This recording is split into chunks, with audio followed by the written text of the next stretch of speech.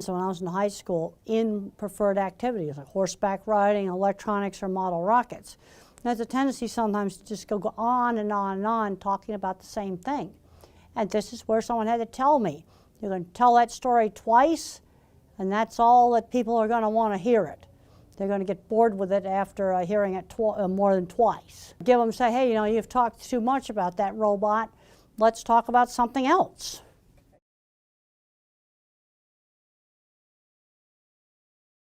Well, let's give some examples of things that are not perfect. Okay, if a photographer's working for the National Geographic, that would be at the pinnacle of photography career. But if you go through the National Geographic, you're probably going to find some technical errors like flare in some of the pictures. But overall, it's such a great picture, even though it had flare, you still use the picture. Also, if he's a science kid, bring up the concept of absolute zero, where all atomic motion is stopped. You can never get there, you can only approach it. You know, get the concept across of work up to a certain standard. It doesn't have to be perfect, it's got to be up to a certain standard.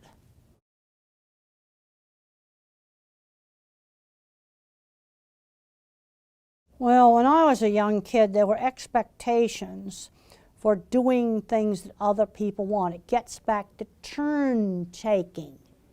Yeah, I'd sit through church even though I thought it was boring. But that's something the other members of the family wanted to do. And there were expectations for me not to be disruptive. And most of the time I behaved. You know, and that's just one step beyond turn taking in board games. You've got to learn to get your turn. Sometimes you get to pick out the movie. Another times brother or sister may pick out the movie we go to. Well, one of my really important teachers was Mr. Carlock, my science teacher. And he had interesting projects for me to do. And I worked on all kinds of stuff with optical illusions. And that actually helped me in some of my cattle work because it made me pay attention to what the animals were seeing. And then doing interesting science projects got me motivated to study because now I had a reason for studying. Studying was a way to get to a goal of becoming a scientist. This is where a good teacher really turns a student around.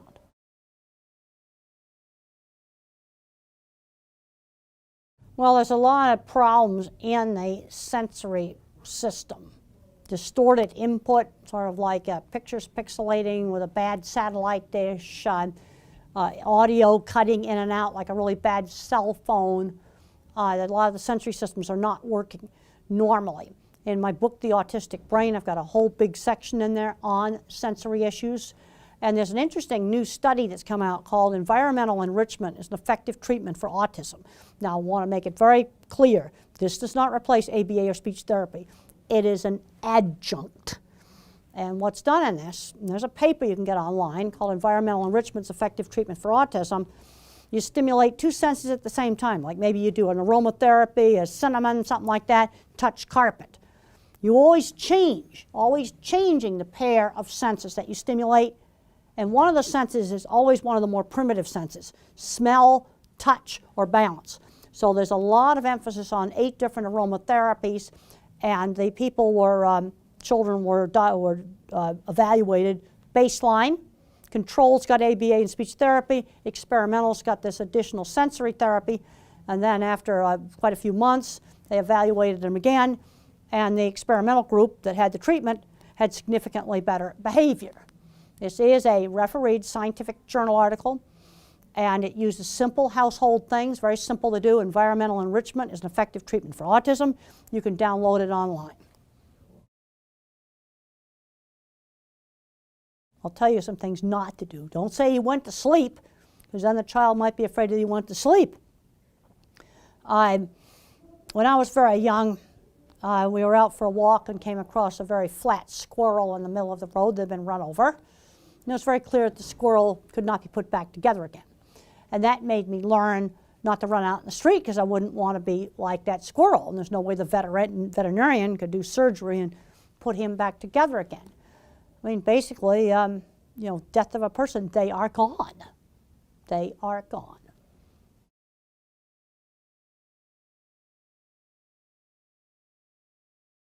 Well, Oliver Sacks is a very kindly kind of professor type of person, and I read an article he wrote in the New York Times just before he died about, going back doing the Jewish Sabbath. And at the end of the article, he was talking about, well, if A, then B, then C, which way of his life could have gone down different paths. And I started really weeping when I read that article, and I'm glad it went down the path that, where our paths crossed.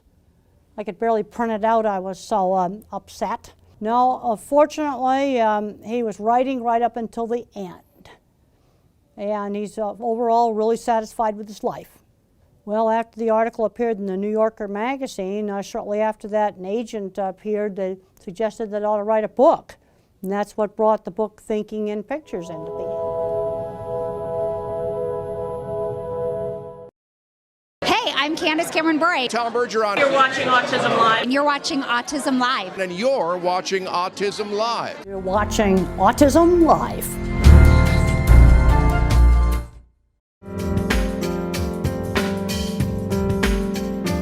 So thank you for joining us. We're here with The Future is Bright, and we have a very special guest, Temple Grandin.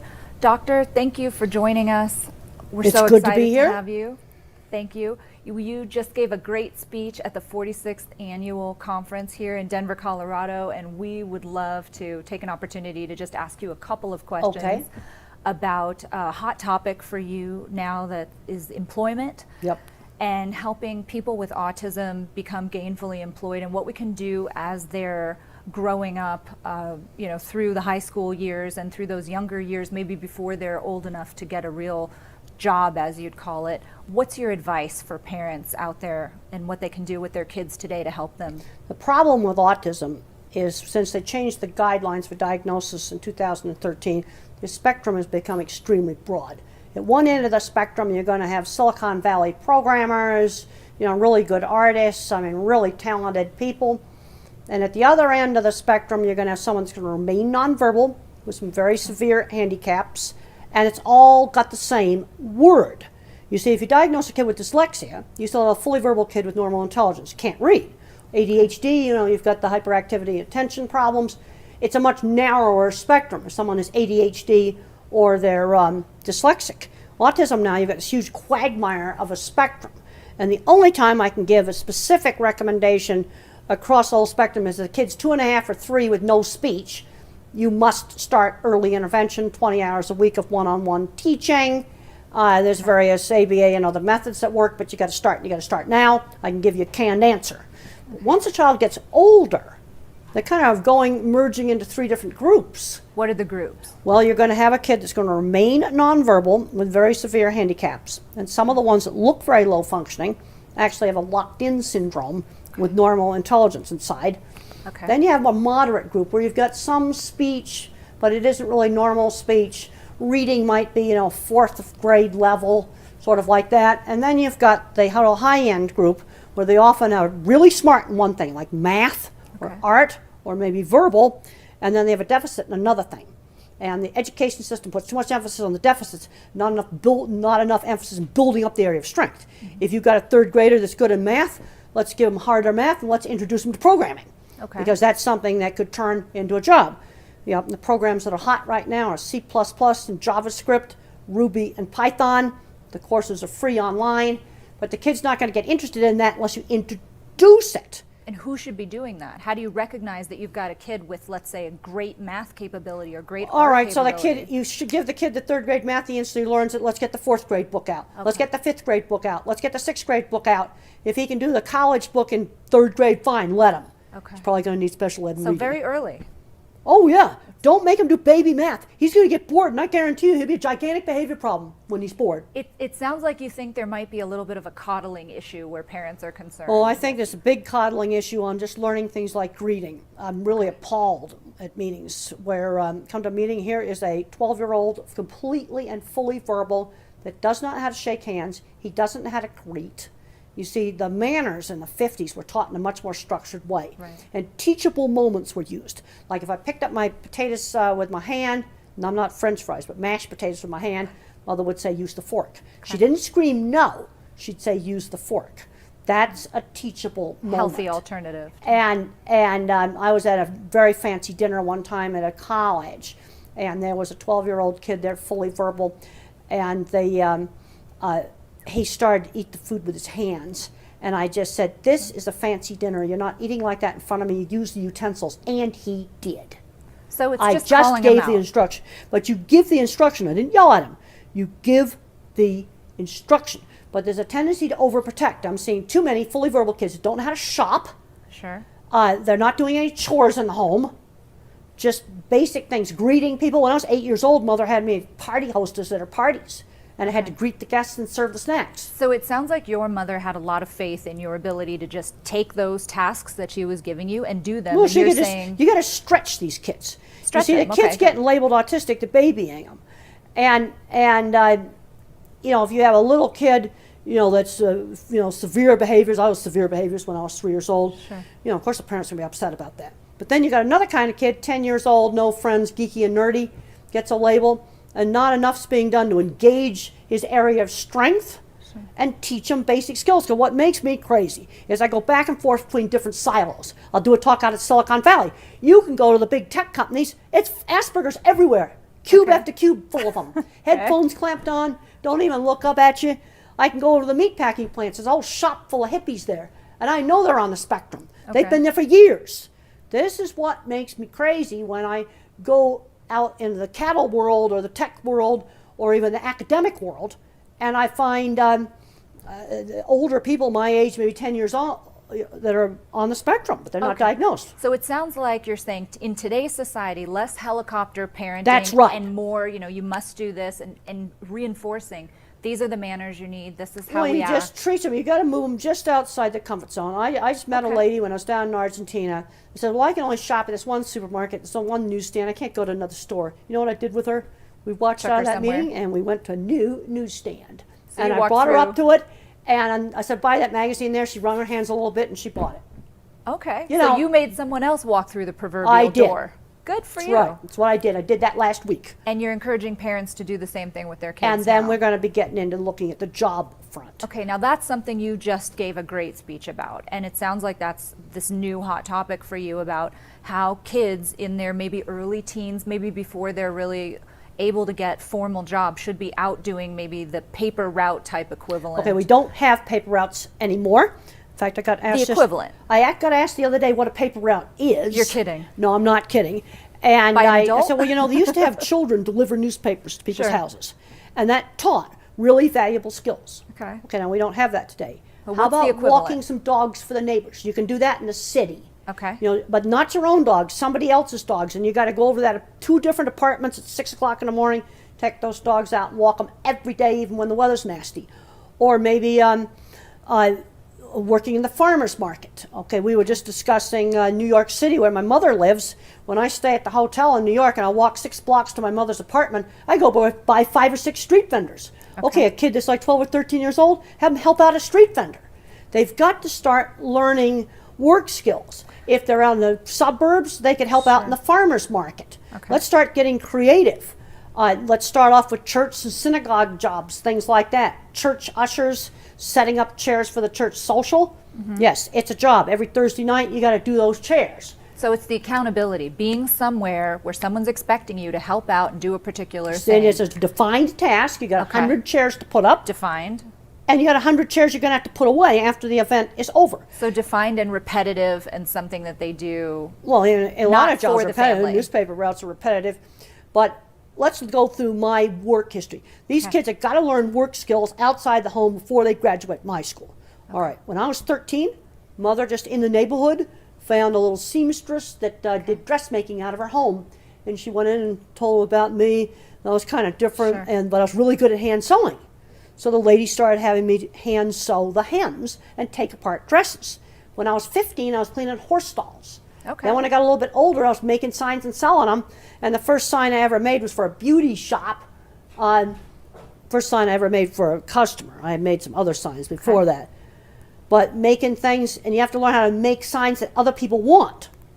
And then even when I was getting my master's, I was making signs. So The letting carnival. letting And then our my kids- aunt's ranch. At my aunt's ranch, there was some work stuff. I had to take guests out on trail rides, and I had to do some, she had guests there. I had to wait So on you were tables there, too. accountable. You were given Yeah. various tasks and you were accountable. It sounds like that you're endorsing that we have our kids go out there when they're younger and do these smaller jobs for people in the neighborhood or small business owners and learn those skills before they get to Okay, a now job some related states you age. can work in safe retail at 14. Okay. Okay, a lot of other states it's 16. Well, let's say you got a friend 2 blocks away, like a little tax accounting office. Sure. They can put the kid to work in there. Perfect. Cash economy. Something. They've got to learn work skills. And just look at the things they're maybe it's a little coffee Something. stand that's in the neighborhood, and the kid when he's 12 can go help out with that. And he's expected there at certain hours every week. It's a job. Okay. And so that's the importance of it all, is just They to have get got them out to there. learn how to work. And when I was 14, I got kicked out of school for fighting and throwing a book. Went to a very expensive boarding school. Spent 3 years of that time running up a horse barn and cleaning horse stalls. And what Mr. Patey, the headmaster, realized, I was learning job skills. That was super important. And then when I finally got interested in science and studying, I kind of did a year of high school in a year. Okay. But I had been working in the horse barn. I had learned that the responsibility every afternoon you got to clean every stall, put them in and out, feed them. So it's responsibility. Have our That's parents right. allow their kids to get out there and just not be afraid to do it before They they got to get out. Okay. And the Project Search research has shown very clearly that working in a real job a whole year before they graduate from high school is very, very important for keeping employment after they graduate. Okay, so along those same lines, now you've got a group of kids in today's society who have gotten out there and, let's say, worked at these little carts or local small businesses informally while they're younger, and they get older and they're able to get into the workforce. They need to get there. You got to get to your job. So you have to be able to drive if you can, if you're capable of driving. Talk to us about your stance on driving. Well, driving was essential for me. I would have never been able to go into the cattle industry without driving. There's a scene in the movie where I get kicked out of Scottsdale Feed Yard. I was driving. It was If beautiful. I hadn't have been driving, I wouldn't have gone to Scottsdale Feed Yard to get kicked out of it. And so how did I learn to drive? How? On my aunt's ranch. We were 3 miles to go up to the mailbox and 3 miles back. And she started having me drive up to the mailbox on a dirt road. Well, over the whole summer, that was 6 miles a day, 6 days a week, I put 200 miles on that truck driving just on this dirt road. Just to pick up the mail. Just to pick up the mail. That's what we had to do. That's the way it was on the ranch. The mailbox was 3 miles away. Okay. So that was 200 miles of driving. That's a tank of gas. And I hadn't been near any serious traffic at that point. Okay. I think what you need to be doing is burning up a tank of gas in a totally safe place. Country dirt roads, giant, big, deserted parking lots, or open, dry, flat fields. Because there are some multitasking issues, and what the kid needs to do is he's got to learn how to operate that car before we go near any traffic. And the problem with driver's ed is they put them into traffic too fast. So I want to burn up this tank of gas in a totally safe place, then you do the driver's ed. Okay. So they fully learn how to steer, brake, stop. You can practice parking, practice all kinds of stuff, because this deals with the problems with executive function and multitasking. See, when you learn a motor skill like driving, you first of all have to think about how to steer, how to brake, and how to use the gas. Now, as you practice it, you no longer have to think about it. It just goes in your motor cortex. Sure. Well, before we go near any traffic, I want operation of the car migrated into the secondary. motor cortex of the brain. So once that's second nature, and a kid goes out there and is learning how to drive on, let's say, this deserted road Yeah, or this that's open right. parking lot, and they've got steering down, and you want to maybe throw some things into the mix before they ever go into driver's ed, like it's raining, there's windshield wipers, and you need to look at your turn signal, and oh, by the way, you're about to park, those types of Well, things. then you start teaching them how to use the turn signals. Teach them everything. You just teach them everything, and then even after I got a car, I went to Franklin Pierce College, but that was out in the country. There was some traffic, but it was really mild traffic. So I was another year on easy roads before I did any really serious traffic. Also, like downtown Denver, I just absolutely hate coming here. I actually avoid the rush hour, but you see the airport route, I know exactly where the lanes are, where I have to get over. It's a more comfortable route. The airport's totally comfortable. Okay. You know, so like going to the airport's easy. And see, all my agricultural jobs were out in the country. So, Sure. but even on Denver traffic, okay, I would learn a certain route. There's some really bad exits where you can get forced off. Well, then I got to learn where I got to get over when I'd learn the route. But it's just going to take longer. So I'm recommending a tank of gas in a totally safe place before we do any driver's ed, a year on easy roads before we do downtown traffic or crowded freeways. Just a period of acclimation, it sounds That's right. like. Okay. It's going to take longer. For multitasking skills in general, whether it's driving Well, multitasking is the problem. You see, and the way to avoid the multitasking is there's no multitasking if the operation of the car is migrated out of frontal cortex back to the motor cortex, so you don't have to think about driving the car. So you want that extra time. That's right, and then turn signals, well, you can practice that even on my aunt's ranch, where we would go up to the mailbox, there was one turn to the mailbox where I could practice a turn signal. Okay. Okay, so that's driving. That's now, right. Now they can get to the job. They've learned how to drive. They've had their practice at manners at a young age and doing some of these informal jobs. Do you have specific advice for what we can tell adults with autism who feel like they've got the right skills to get out into the workforce? Let's short circuit the interview process. Okay. Because when we were just talking about this at the tech conference I was just at Sure. across the street with Specialist Cistern, that tech company that hires people on the autism spectrum, and they were talking about how they got to short circuit the interview process, and the way that I would do interviews is to simply show off my portfolio. I'd show pictures of things I designed, drawings. Okay, if it's a programmer, it needs to show a computer in there. Here's some C++ that code and it does this, and I got some JavaScript and it does this, and you just show off your portfolio. So maybe a different kind of interview That's process right. for people That's on right. the spectrum. And then once they get on the job, the thing employers have to realize is you cannot be vague. There's a scene in the movie where my boss slammed down the deodorant and said, "You stink, use it." That happened. Right. They got to clean up themselves, and I did it. And that boss, I'm pretty sure, was on the spectrum. But you that said did you that. appreciated that. Now, because I it was very direct. angry at the time. I was very angry and upset at the time, but I wanted the job. I thank that boss now, and I thank Linda Carpenter and her other secretary friend that took me out to buy the clothes. Okay. So are there things that you would recommend to employers that they can do to be more receptive to people with autism? A lot of people on the spectrum are going to need a quiet place to work. You know, Okay. some of these restrooms have these horrible Dyson blade air hand dryers. Now, if my office cube was next to that, I wouldn't be able to work. I wouldn't either. I've got to get away from that. And quiet place to work. Also, clearly define the tasks. Even now, I mean, when I do consulting, I've worked on a big manuscript with 15 other people. And I just said, I need homework. Okay, tell me I'll write this part of the manuscript, and I'll do it in this format, get it done on this date. Okay. Then, when I read through all the rest of the manuscript, I found some technical errors. You know, some things there might be opinion. These were purely technical errors. Another person corrected them, no track changes, just sent it on in. Okay. Because you don't rub the other person's nose in their mistakes. Well, Because I got in trouble for doing some of that. That's good practice anyway. Yeah. That's just nice, social skills. So it sounds like then, to just recap it, for employers today to clearly define tasks for people on the That's right. spectrum who are coming into the workplace, that's a great way to be sensitive All right, to let's say helping them it's succeed. programming. You don't just say develop new software. That's too vague. Right. They've got to write Be some direct. code that does. You don't tell them how to write the code. That's up to the ASPE to do that. But what is the outcome? Okay, that's to go on a certain platform, be a certain language, Sure. and it's got to achieve a certain outcome. Great. And there's some deadlines. Great. And deadlines, okay. Well, when I worked for the magazine, the deadline was so many column inches by the 15th of each month. And that was to cover a wide variety of livestock topics. Well, I think that that's great advice for employers out there, because it's been a big question, and I know we're out of time. We have to wrap up, but it's been great to talk to you about just the employment issue in general. My advice to employers as an attorney would be give them a quiet place, give them the There's well-defined one tasks.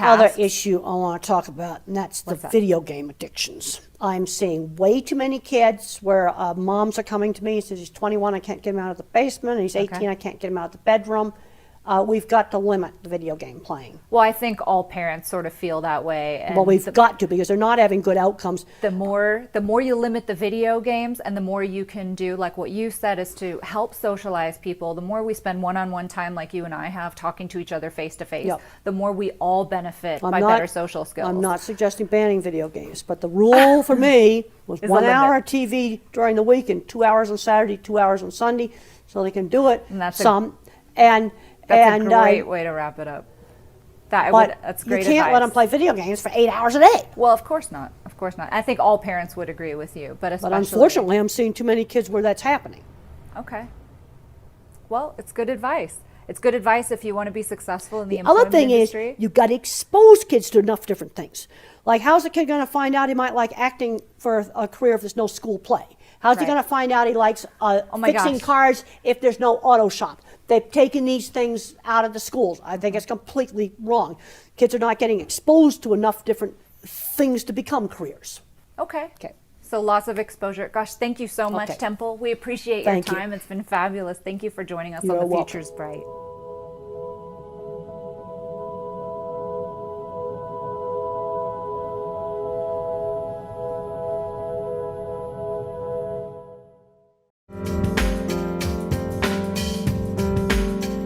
So Temple, everybody's talking about this book. It's something that's very timely, especially for those of us who have kids that are teenagers or about to be teenagers. Tell our viewers what the new book is.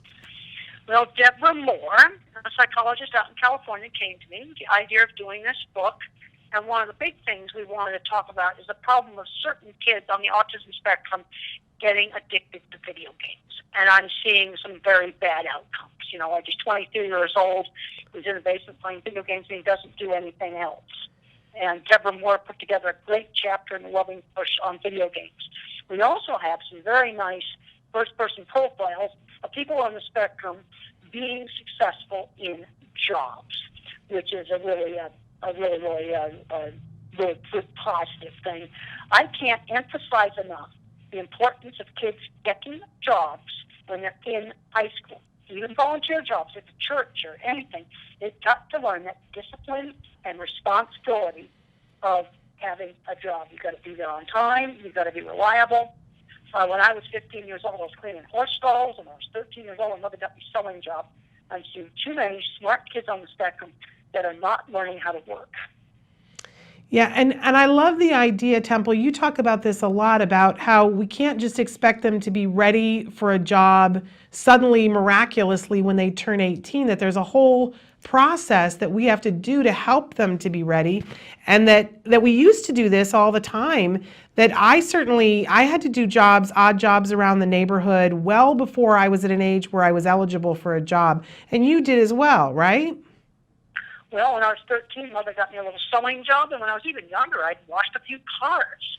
It's important to have a slow transition from the world of school to the world of work. I'm seeing too often where a child on the spectrum graduates from college, and he has never had a job, of any kind of a job. And so if you have a kid in high school, I want to get him out working. He can be in the informal economy when he's young. As soon as he's 14, 16, I want him to get a real job just to learn work skills. If you have individuals in college right now, they need to be doing career-relevant summer internships. I worked at a research lab. It was an unpaid internship where I did work on experiments on rats, actually, and mice. And I had to rent a house with another lady, and it was just set up in the neighborhood. They've got to learn working skills, and that ought to happen before they graduate from school. Yeah. Well, I love the idea of internships, and you and I had an opportunity to talk a couple of weeks ago about summer camp situations, because I was sharing with you that I'm having a really hard time finding a summer camp that I think is advantageous for my son, who's really into tech things.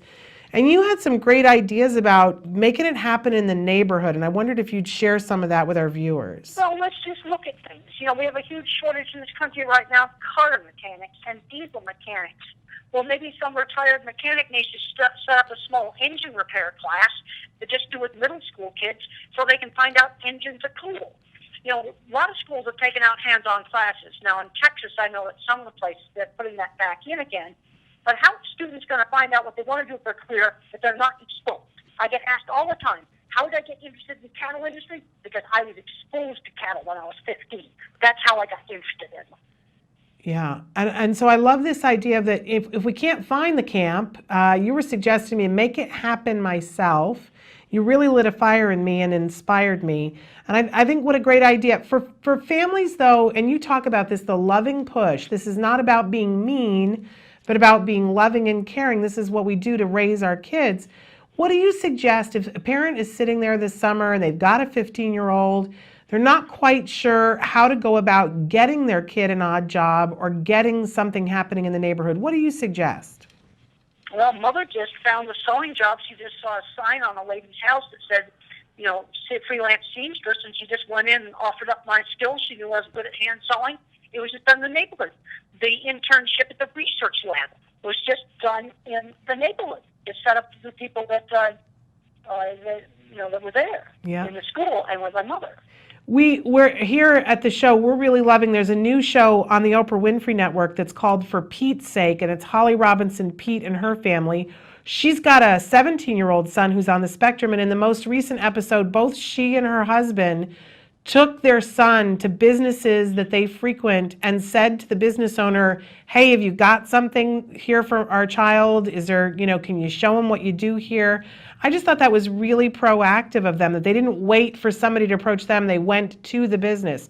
Do you think that's a good idea? That's the thing to do. I ask parents all the time, what do you know, shopkeepers, especially independent businesses, just do something in the neighborhood. And that sewing job is a perfect example of just setting it up in the neighborhood. Yeah, and it seems, as you said, in high schools anymore, there used to be vocational training, and there isn't anymore. But so instead of waiting for the schools to bring it back, you had talked to me about the all-important lawnmower a couple of weeks ago, and how lawnmowers, old lawnmowers are around, and even learning how to repair a lawnmower is something that's a great skill for kids. Well, it gets a kid interested in engines. He's going to find out that maybe engines interest him. And that lawnmower could then go on and turn into an auto mechanics class. See, the problem is that all of those vocational things have moved to the community college.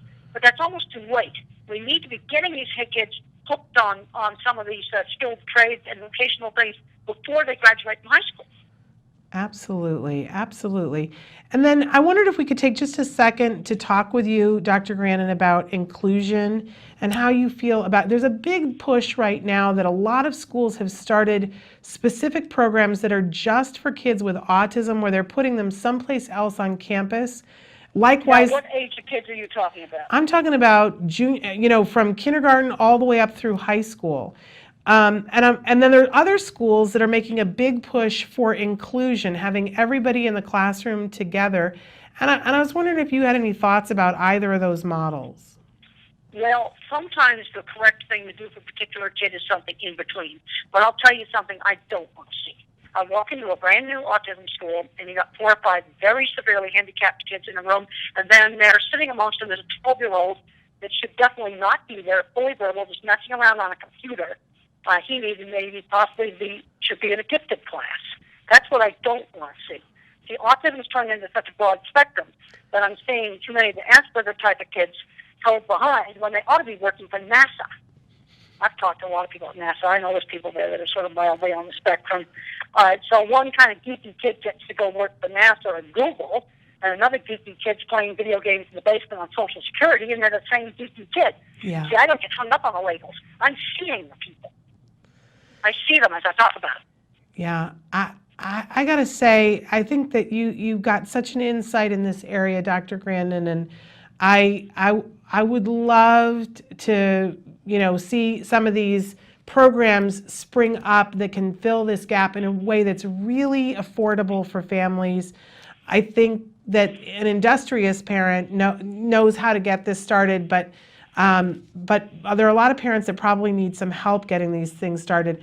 And well, we just sort of, the other thing I've found is I've worked for 20 years in the construction industry. I would design a project, then I'd supervise its construction.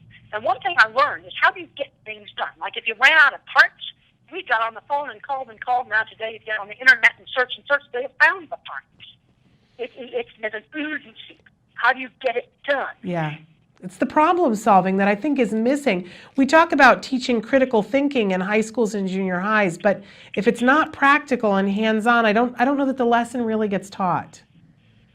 Well, hands-on things. I remember in sewing, and I loved sewing when I was in elementary school, and I cut some fabric wrong in a wrecked project. And I learned from that you don't rush. Some other time you might make a mistake, and then you just have to figure out some other way to do it. When I made bird kites that flew behind my trike when I was really little, I experimented with these bird kites. Hands-on things teach practical problem solving. And I think a lot of people today don't know how to do practical problem solving because they haven't done any hands-on things. Yeah, no, it's true. And a lot of times, I love that the book talks about how we're going to have to push our kids, because I think a lot of people, myself included, I have coddled my kid. You pointed that out to me this fall. We went to lunch together, and I was not letting my son use the restroom by himself, and you went up one side of me and down the other. And he's very grateful to you, Dr. Grandin. And you know what? He just got right up and he used it. He did. And whenever I'm being too much of a smother now, he threatens to call you because he knows that you're on his side. And that's good. You know, I think parents need that. And I knew that at that barbecue restaurant, that restaurant was going to be perfectly safe. Yes. And he had such a good time with you that day, I have to say. Now, I wonder, as we're getting ready to be in April, Autism Awareness Month, and a lot of people are going to be talking about autism, and already this week there's been a lot in the news talking about autism, and there's a discussion about what the discussion should be. And I'd like to hear from you, Dr. Grandin, about what do you think the discussion about autism should be right now? Well, I'm very concerned about how broad the spectrum is, and I don't want to see a smart, geeky kid who maybe should work for Google going down the wrong track. You see, the problem is when you just think about it in language, you get locked into the label. See, one advantage of being a visual thinker is I see a geeky kid at a gifted conference, then I go over to an autism conference, they're the same geeky kid. And then I go to a tech company and I see 10 years older, it's the same kind of geeky kid. I want to see them get into those good jobs. And then you've got another end of the spectrum where they're very severely handicapped. They're not going to work for Google. You see, this is the problem we've got with the autism diagnosis. It's so broad, going from someone who remains with very severe handicaps to somebody that ought to be in a gifted program, but they're socially awkward. This is one of the things that's a real problem. Now, when it comes to early intervention, that's one place where that's really improved. You've got 3-year-olds that are not talking, you've got to start working on that kid and working on him right now. Yeah, I so agree with you about the huge wide spectrum. And I know I promised you that we weren't going to keep you very long, so I want to thank you for being with us. We're going to close out of the recording, but then I'm going to ask you to stay on the line with me for just one quick second when we're done. But thank you so much. And just a last question for you, Dr. Grandin. Do you do anything particular in the month of April to commemorate Autism Awareness Month? I've got a ton of speaking engagements. Well, and that is such a great service to our community. You always enlighten us. You always lift us up. And we thank you so much for your time. Well, thank you very much for having me.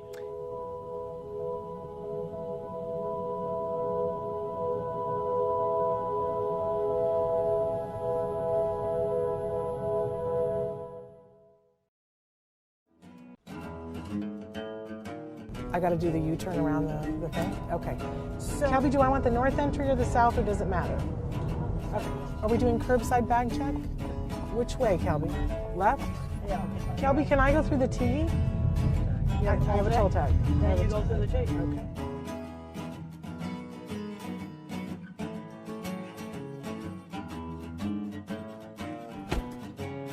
What do you do that, like, you could just spend 2 hours doing and have it suck all your time? Oh, I like to look up interesting research articles on animal behavior. Found a really interesting European papers on how wolves are different than dogs that I read last week that were very, very interesting. Very cool. Because I've always talked about a brain can be more social emotional or a brain can be more cognitive. Yeah. And the wolf turns out to be more cognitive, and we've bred the dog to be more social emotional. How fascinating is that? Very, very interesting. The wolves are very good at watching another wolf solve a problem. We were talking a little bit about television before, and I cannot believe that what you said to me, what you like to watch on television. Star Trek. I was a Star Trek fan when I was a teenager. I liked the Star Trek Next Generation. I was watching that when I was working on my PhD in the 80s. And so Total Star Trek fan. What's your favorite series, and what's your favorite character, and what's your favorite Mr. episode? Spock was my favorite character. Love it. And what's favorite episode? This guy is going to hate me. There's a lot of good. My favorite Star Trek movie was the one with the whales. Yes. Yeah, I really mine liked too. that Star Trek movie. And so sad that we lost Leonard Nimoy this year. Yeah. So I didn't know that you like to watch television. Do you like to go to the movies too? Oh yes, I went and saw Gravity. There's certain movies that have to be seen in a theater, like Yeah. Gravity and Avatar. Yes. I wanted to see Inside Out in the theater. I really liked that movie. What did you think of that? I liked it. I think about how the emotions interact. I gotta be honest, I had said after that I thought that it was gonna be a great tool for people to show kids on the autism spectrum about perspective taking. Yeah. About what it's like in other people's heads. Well, no, it's more like how the emotions inside your own head sort of conflict with each other. Yeah, absolutely. I love The Wizard of Oz, and I love the idea of the ruby slippers. She had the way back home. She just didn't know she had it. Yeah. You see, and I think that's a metaphor for a lot of things. A lot of people have the ruby slippers, but they don't know they have them. They don't know they have the key that can open up the door to a lot of really great stuff. So what would you say was your ruby slipper? Well, I had, when some opportunities came up, like when I designed those dip vats, that was a major breakthrough for my business. And when the head of the feed yard came up to me and asked me if I'd do it, I said, give me 3 weeks. You know, a lot of people would have been too scared to walk through the door. Now, this is pre-internet, and I knew it would take me 3 weeks to get some of the information I needed, especially on concrete reinforcement, to design the dip vats. But you did it. I did it. I was on the phone the next day to the USDA to get the drawings on the concrete reinforcement. Wow. So I want to journey back to childhood for just a second and talk about friends, because a lot of times people ask about friends. Who was your best friend? When I was in elementary school, one of my best friends was a girl named Eleanor. And she was the first girl in elementary school to get to take wood shop instead of cooking. And I was the second girl in our school to get to take wood shop. So we like to make stuff. It's all about making stuff. And I had good friends in high school. Even though I got bullied and teased, I got friends who shared interests. Riding horses together, doing electronics together, doing model rockets together, doing stuff together with other students. So you found, like your mom says about, you found your tribe. Yeah, and you've got to get them in doing things with other people. And you did a lot of theater, and did you sing as a kid? Yeah, I did. One of the problems I was singing is I couldn't synchronize my rhythm with somebody else's rhythm. Do you still have a hard time doing that? I still have a hard time doing that. Because we were going to ask you if you wanted to sing something in the car with us. Well, I think maybe we'll skip that. Great question. But the one question people always ask us is they want to know if you've ever been in love. No, never have. And you don't feel like you're missing anything. I've seen so much turmoil in so many marriages that I haven't really seen a situation that would be a good model. And yet you gave me really good marriage advice. Because I'm a good problem solver. You have to take the problem and cut it down. And in engineering, you have to find the root cause of a problem. What do you think is your secret to your success as a teacher? Well, presenting things really clearly. Yeah. That's really important. Making things interesting. Yeah. I think it's also important to get something in a class that a student can take home and use. I teach a class in cattle behavior and handling, and I've got a lot of students that are pre-vet that are going to go in the dog and cat. Probably won't be handling any cattle. But I said, you want to design this corral system because it's visual problem solving. You have to figure out how to do it. It's not a cookbook. And then I have my internet project where they can pick out anything in animal behavior, and I make them dig into a narrow subject that I have to approve because I want them digging into Google Scholar and PubMed, Science Direct, and the other databases. They got to learn how to find stuff online, and I'm finding about 2/3 of the students are not very good at that. How about this? Make Magazine. This is the kind of thing that a lot of kids on the spectrum need to be doing. The cool stuff in here. Really interesting. Make Magazine is going to love that you Make did that. Magazine. It's a wonderful magazine. And I'm okay. Yes, and they're resurrecting old satellites from mission control and an abandoned McDonald's. That's the kind of stuff I really like. These are the kind of magazines we need to get in school. Make Magazine, Business Week, Science, Nature, Wired. We got to show kids out there. There's all kinds of super interesting stuff out there. Open but up if the they brains. don't see it, then they don't know about it. the I other like night. to geek out on construction sites. Yeah. I like to salivate over all the equipment they've got that we didn't have, like really cool man lifts and You know, nice scaffolding. We didn't have any of that stuff. You didn't. No, we didn't. What did you guys have? Horrid, compass? Horrid ladders that were really dangerous is what we had. I'm going to pull up right here.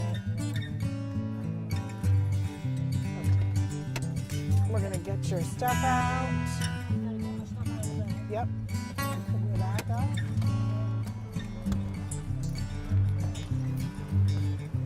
Oh. We have to get the mic back from you too. Oh, you took it off already. You're good. I'm attached to mine.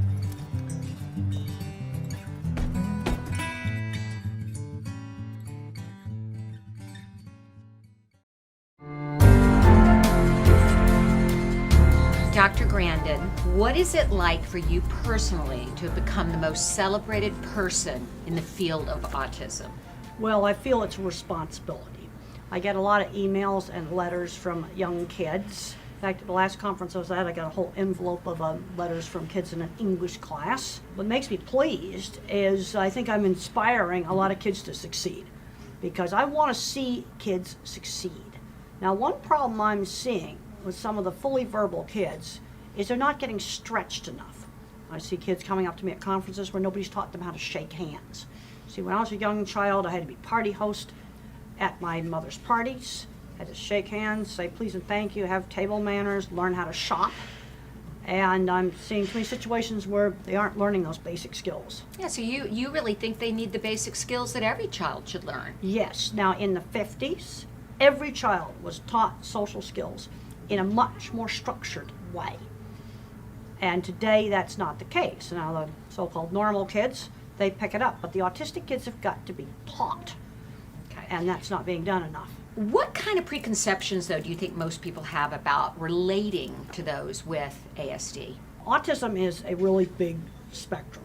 You're going all the way from Silicon Valley down to somebody with a lot of intellectual challenges. Now, the kinds of services and things a person needs is very different, those two ends of the spectrum. And I go to different places. I go to Silicon Valley, and I see a lot of people that I know are on the spectrum. And then I go see another kid that's smart at math, but nothing's being done to develop his skills, and he's getting addicted to video games. And they are the same kind of kid. The thing that I'm seeing, especially on the mild end of the spectrum, is too many kids sort of becoming the label. I'm very concerned about them getting a handicap mentality. Then I go over to the meatpacking plant, and there's a whole maintenance shop of old hippies that I know are on the spectrum, and they run that maintenance shop, and they've been there for years and years and years. Why do you think the numbers, 1 in 68 now, have risen so dramatically? I think on the mild end of the spectrum, it's increased detection. Because I can think of kids I went to elementary school with, kids I went to college with, that today would be diagnosed on the spectrum. I think that's a big part of it on the mild end of the spectrum. Now, I think there also is some severe autism that may have actually increased because there's more environmental contaminants and there's more medications being given during early pregnancy. Dr. Grandin, you beg parents not to let their children with autism be defined by the DSM or the Diagnostic and Statistical Manual of Mental Disorders. Why? Well, I think the DSM made a big mistake removing Asperger's syndrome, because under the DMS-4, autism you had to have speech delay, Asperger was no speech delay. Now, you could argue scientific reasons for taking out the speech delay stuff, but from a service provider standpoint, you know, the kind of services that somebody who's nonverbal has is different than a mild kid with Asperger's. And I'm seeing too many fully verbal kids, less severe than me, getting put into a class with nonverbal kids. I'm seeing too many smart kids not learning job skills. That's another thing that I really push. Because when I was 13, my mother had got me in a sewing job. When I was 15, I was cleaning horse stalls. It's really important that students intern in a job before they graduate from high school. They got to learn that discipline of getting to work. If you could speak to every business owner in America, what would you say to convince them to hire somebody on the autism spectrum? Well, there's certain things they can do extremely well. In fact, the SAP Corporation is hiring people with autism. There's another Project Search, where there's work being done with collaborating with hospitals to train them to set up surgical instruments for different types of surgery. And they take longer to train, but once they're trained, they're super, super good and meticulous about making sure the instruments are set up right. And that's got about a 78% employment rate. So you think the skills that those with ASD have to offer are often overlooked by people Well, that I can, employ? as I said before, I can think of kids that I went to college with that definitely were on the autism spectrum. Those individuals are all employed in good jobs. And I think a lot of this gets back to pounding those manners in the 50s and the 60s, and kids being on things like paper routes, where they learned work skills. Why do you think the experts in the field of ASDs focus so intensely on the deficits and not on the strengths of Well, autism? we need to be building up strengths. My ability in art was always encouraged. And I was encouraged to do lots of different kinds of art. If you got a third grader that's good at math and he can do a high school math book, let him do the high school math book. Don't hold them back. I want to know why you think that so little attention has been paid to the sensory processing issues. What can we learn from those? Well, I just heard about a brand new study that's been done up at the in California, Dr. Wu, and they took children aged 4 through 12 that had speech delay, and they stayed in their regular programs, ABA or whatever the speech therapy the school was doing, and then they got an hour a day of sensory therapy where they did a lot of variety of stimulation, like walk on different kinds of flooring, smell different smells, do different activities in a mirror, big variety, always doing more than one sensory thing at a time. And it was done as a controlled experiment, where half the kids just got the regular treatment and the other half got this added sensory treatment. And they got some really big, significant improvements. And they made the point of using all very inexpensive things that would be in any house. There's so much division in the autism community. How do you think we can all come together and Well, find a common ground? I think that merging Asperger's together with autism has made all of this worse, because you have a segment of very, very severely handicapped kids where they're never going to be able to live independently. That's a very different kind of situation than a mild Asperger's type of kid. You see, you're putting too many apples and oranges together. Every other diagnosis, like dyslexia, learning problems, ADHD, you've got a fully verbal kid. Only in autism, right now, are you getting a range going from, smart computer geek down to somebody who has very, very severe challenges. Now, I think the American Psychiatric Association originally figured the Asperger kids would get into this social communication category. That's not what's happening. Nobody's going into that because there's no funding for it. As the most admired person in this field, and we are literally becoming an autism nation, what do you think the most important thing is for us to be aware of? Well, there's a point where personality variants are just normal variation. I think a brain can be made more cognitive and thinking, or a brain can be made more social. Now, at what point does that become abnormal? There's no black and white dividing line. I'm getting concerned that what we're saying is abnormal is getting bigger and bigger and bigger. Obviously, a child that has severe speech delay, that's an abnormality. But when you take the kids that are just kind of socially awkward, a lot of those kids are really smart. And then you got the person that's a total social butterfly. And let's think back to the caveman days. I don't think the social yak-yaks around the campfire made the first stone spear. Dr. Grandin, thank you for inspiring all of us as parents and children.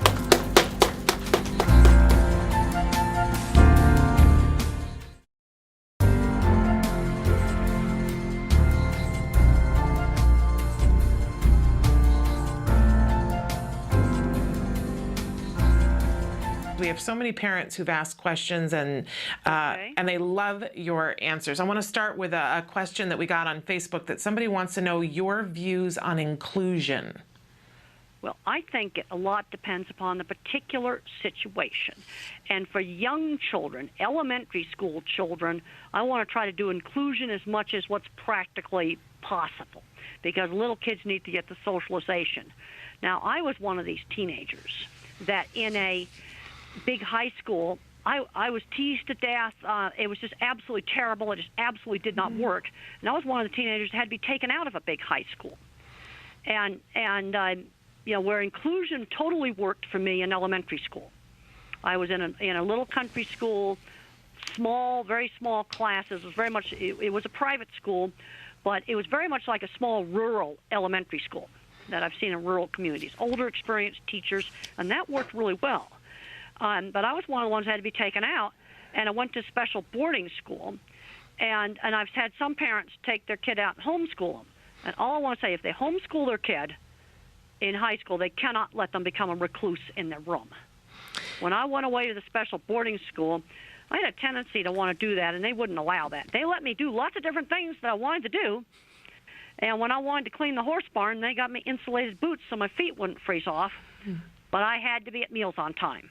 Even though I didn't do much studying, I had to attend classes. One thing they absolutely would not allow was for me to become a recluse in my room. I had to be out doing things. But there's some kids where getting away from the whole teenage scene is the best thing you can do, and socialize with grown-ups. Yeah. Because I'll be perfectly honest, socializing with teenagers is not a life skill that I need. Well, I think a lot of people would agree with you there, Temple. But on the other hand, I've seen situations where they decide to homeschool their teenager, and he became a video game recluse. Yeah. And ended up on Social Security going nowhere. Yeah. And that makes me nuts. Yeah. Because when I go out into the technical world, there's old Aspies and there's old geeks and nerds out there that would be definitely diagnosed on the spectrum today. Old gray hairs my age, and they've got jobs. Yeah. Jobs they like, and they've kept those jobs.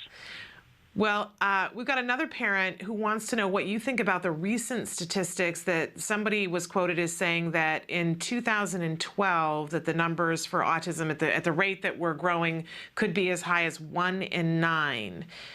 And what your thoughts are on those numbers. Well, some of it's just increased diagnosis. I mean, the geeks and the nerds and the Asperger's, they've always been around. Now, they're going to be changing the diagnostic criteria in May. Yeah.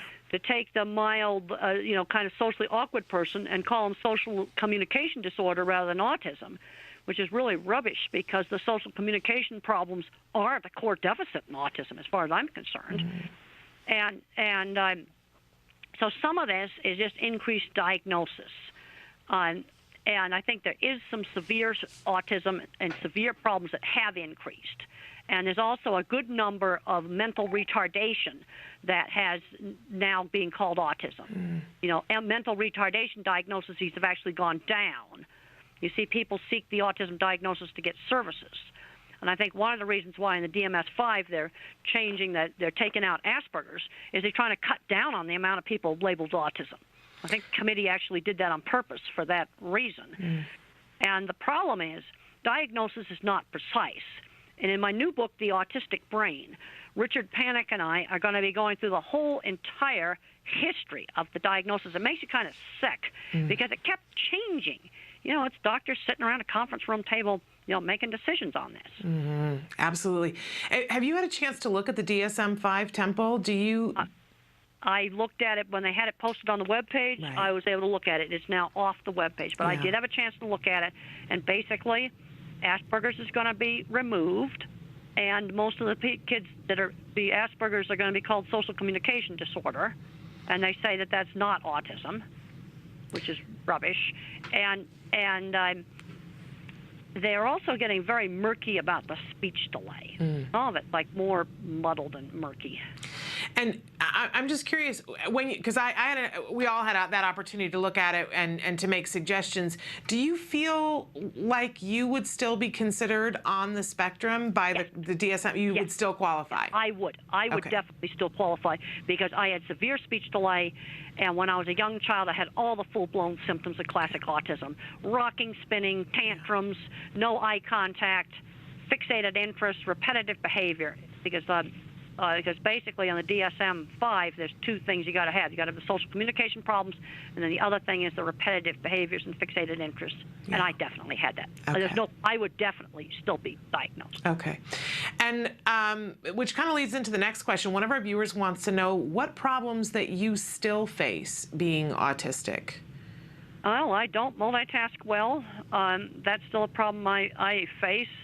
And fortunately, I have a job that doesn't require multitasking or remembering long strings of verbal information. Antidepressants have controlled anxiety for me. I'm a visual thinker, and us visual thinkers tend to get a lot of anxiety problems. And a low dose of an antidepressant, some people a little Prozac, Zoloft, or Lexapro. I'm on an old-fashioned tricyclic. Just a little tiny dab stops that constant panic attacks and anxiety. And you have to use very low doses, because if you use too high a dose, you get agitation and insomnia. And if you're interested in that, I'd recommend that you read A Believer in Biochemistry. That's a chapter in my book, Thinking in Pictures, or read the second edition of The Way I See It book. Spectacular, wonderful. And in particular, this same viewer was asking what really has helped you to become the person that you are today. Was it therapy? Was it social therapy? And what do you feel is the main reason that you've had so much progress in your life? Well, first of all, I had superb, excellent early intervention, and a kind of early intervention that was done with me when I was totally nonverbal. I did not talk completely fluently until age 4. I had a lot of ABA-type therapy. It wasn't called ABA back in those days, but a lot of things like my speech therapist would hold up a cup and say cup. When I was 3, my mother hired a nanny who played constant turn-taking games with me and my sister, constantly keeping me engaged. And my ability in art was always encouraged. You know, my abilities were encouraged. And I used to just draw endless horse heads, and I was encouraged to draw lots of other things. And limits were set on me. Like if I had a tantrum at school, the rule was no television that night. That was the rule, and it was enforced. Great teachers in elementary school, a very, very good, just old-fashioned teachers in an old-fashioned 50s-style classroom. Then when I went to high school, it was my science teacher, Mr. Patey, the head of the boarding school. Mr. Patey had a really good sense of when to let me off the hook and not study, but he was not going to let me become a recluse in my room. Mr. Carlock, my science teacher. It was a whole lot of things. And then there were some good people in the cattle industry. I mean, the movie makes it look like everybody in the cattle industry was just awful. There were excellent, good people. Jim the contractor, Ted Gilbert at the Red River Feed Yard. There were some excellent ranches that did treat cattle right. And there were some good people, and that kept me going. But people are always looking for the single magic turning point. There's not one. The other thing that really helped me, learning work skills.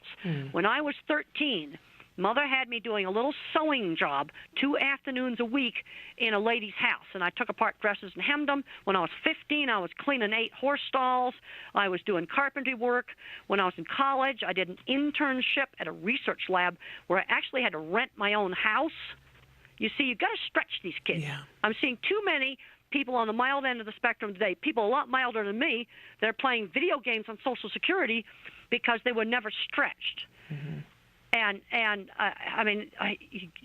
My take on video games is 1 hour a day.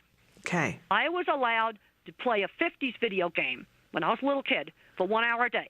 And that 50s video game was spinning a brass thing round and round and round that covered up a bolt on my bed. And I was allowed to do that for an hour after lunch, to just veg out and do that. Well, that's the same thing that ought to be done with video games. 1 hour a day. I love that prescription. I'm going to play this for my son, Temple. And I would never recommend banning them. Actually, there's some visual spatial skills you can learn from video games. I just was reading an article in one of my Science or Nature magazines. But that article, where there was a benefit in playing video games, it was only 1 hour a day they did. Okay. It wasn't 8 hours a day. Yeah. Well, I love that, because a lot of us parents are asking questions and saying, what's an appropriate amount? And an hour seems like a great, it gives them time to play, That's right. but puts a limit on it. So I love that. That's exactly what Mother did with me with spinning things. I was allowed to have an hour after lunch where I could go in my room and I could spin things, twirl the brass plate on my bed round and round and round, watch it twirl. And then after I came out of my room, I was not allowed to do that.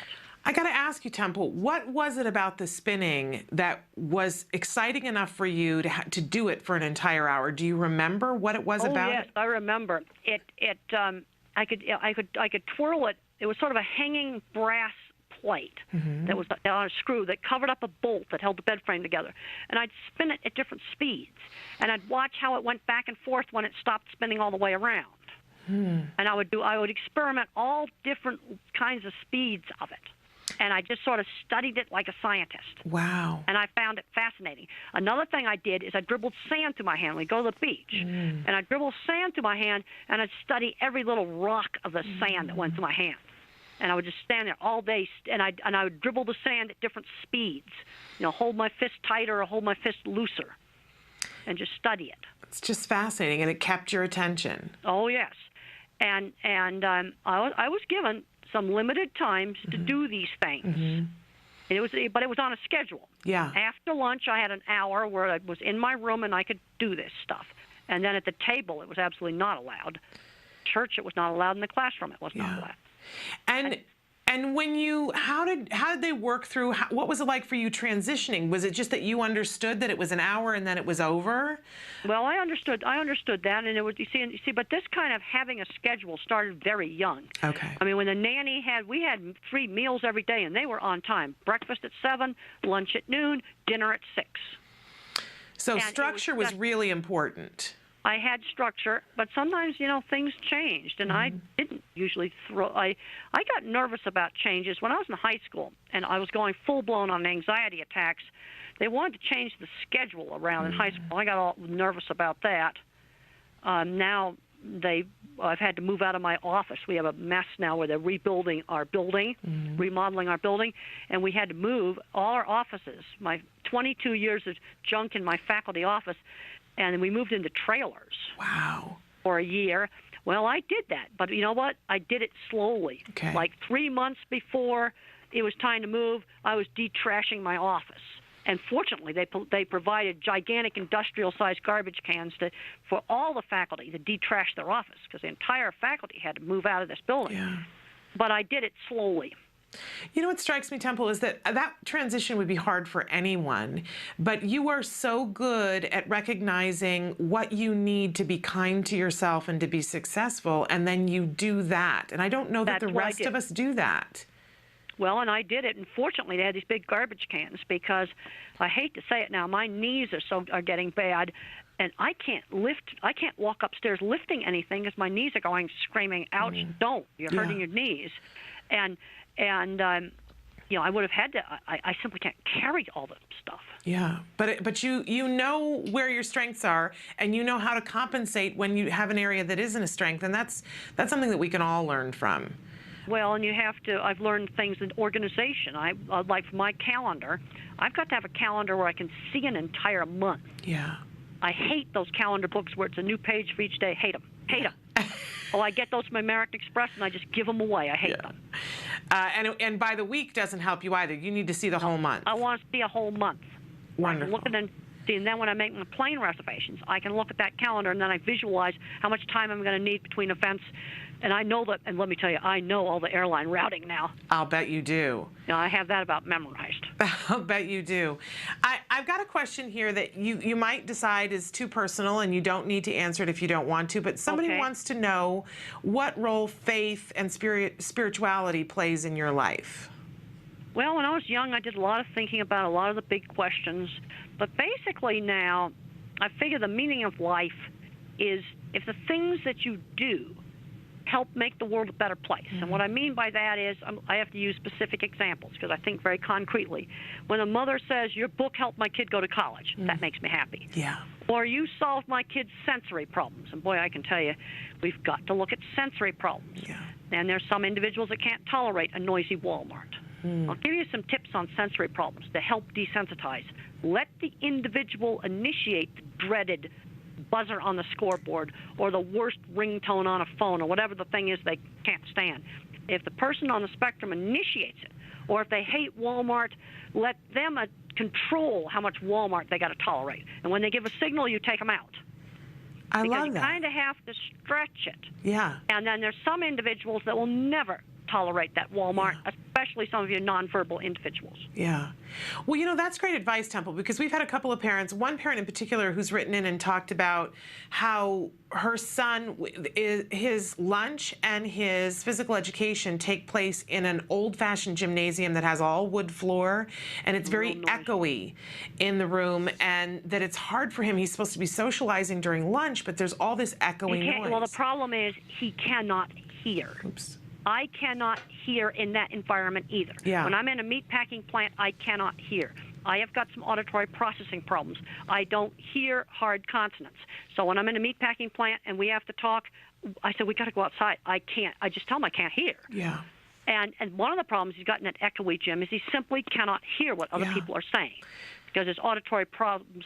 The other thing, if you wear earphones or earplugs in the noisy gym, you've got to have those earplugs off for at least half the time because otherwise your brain will get more and more and more sensitive. You know, so half the day when it's quiet, get that headphone off and get those earplugs out.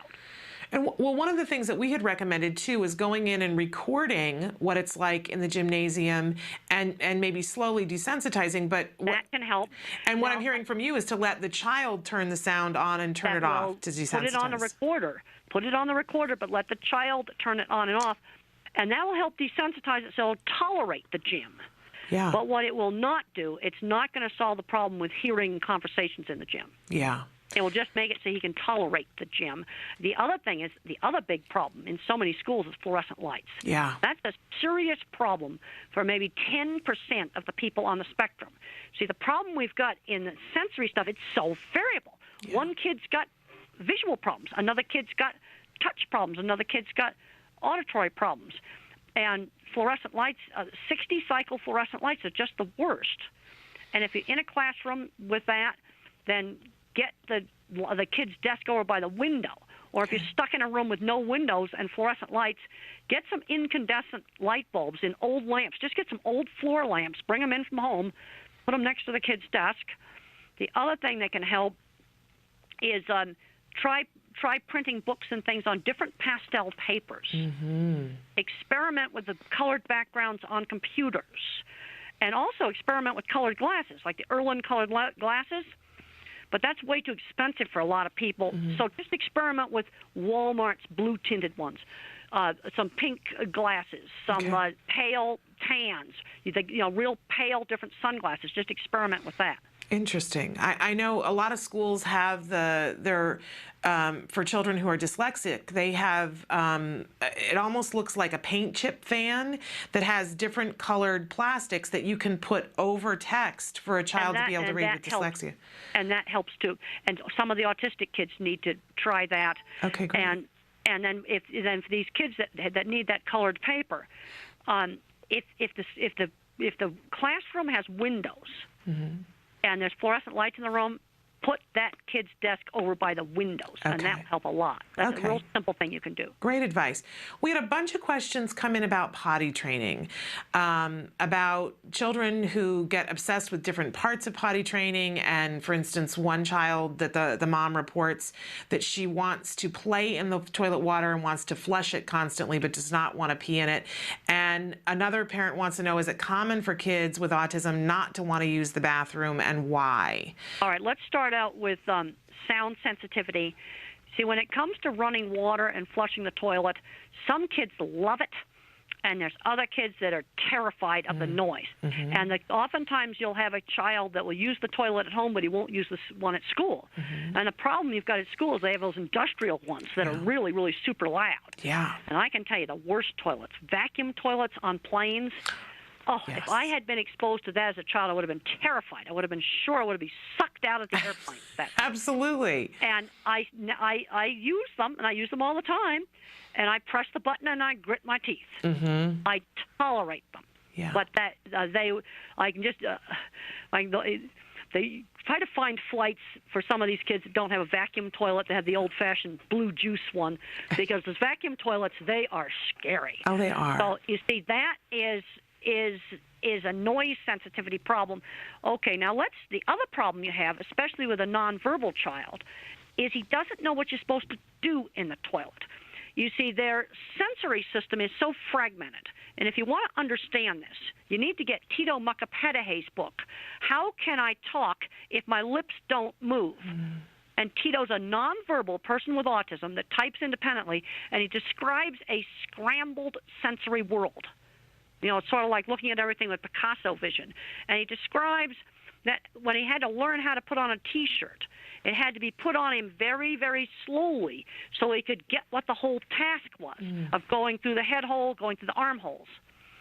And one of the things you got to do with someone like that is demonstrate how to use the toilet slowly, and he's got to see the entire thing. Like, how does the stuff get in the toilet? He's got to see it. Okay. You can't leave anything to the imagination. Because he's got to watch the whole task. Okay. Otherwise, they won't understand what they are supposed to do. Well, that's great advice. You can't break it up into steps. It's what I call whole task training. Yeah. It's great advice, because I think we all are so concerned about privacy, but making sure that somebody models the whole task. It maybe isn't the prettiest thing. thing. See how the waste comes out of the person and drops in the toilet. Okay, because great. that step is often left out. I have talked to parents where their child would do it in front of the toilet, then pick it up and put it in the toilet. Right. They did that because they didn't understand the task. And when you read Tito's book, How Can I Talk When the Lips Don't Move, how he describes learning how to put a T-shirt on. Mm-hmm. And he describes a fragmented visual world. I think you'll understand better on working with some of these kids. Interesting. Okay, we will definitely look into that book. We have a bunch of people who wrote in and specifically just wanted to thank you, Temple. I can't leave that out because so many people wrote in and said that your lectures and your books have helped them. I certainly am one of those parents. But a couple of parents wrote in and wanted to know what your feelings were about the Sandy Hook massacre now that there's been a little bit of time, and how you feel about the way society looks at individuals with autism. Well, that guy had a lot of the classic symptoms, and he's an example of a kid that was allowed to become a recluse in his room playing violent video games.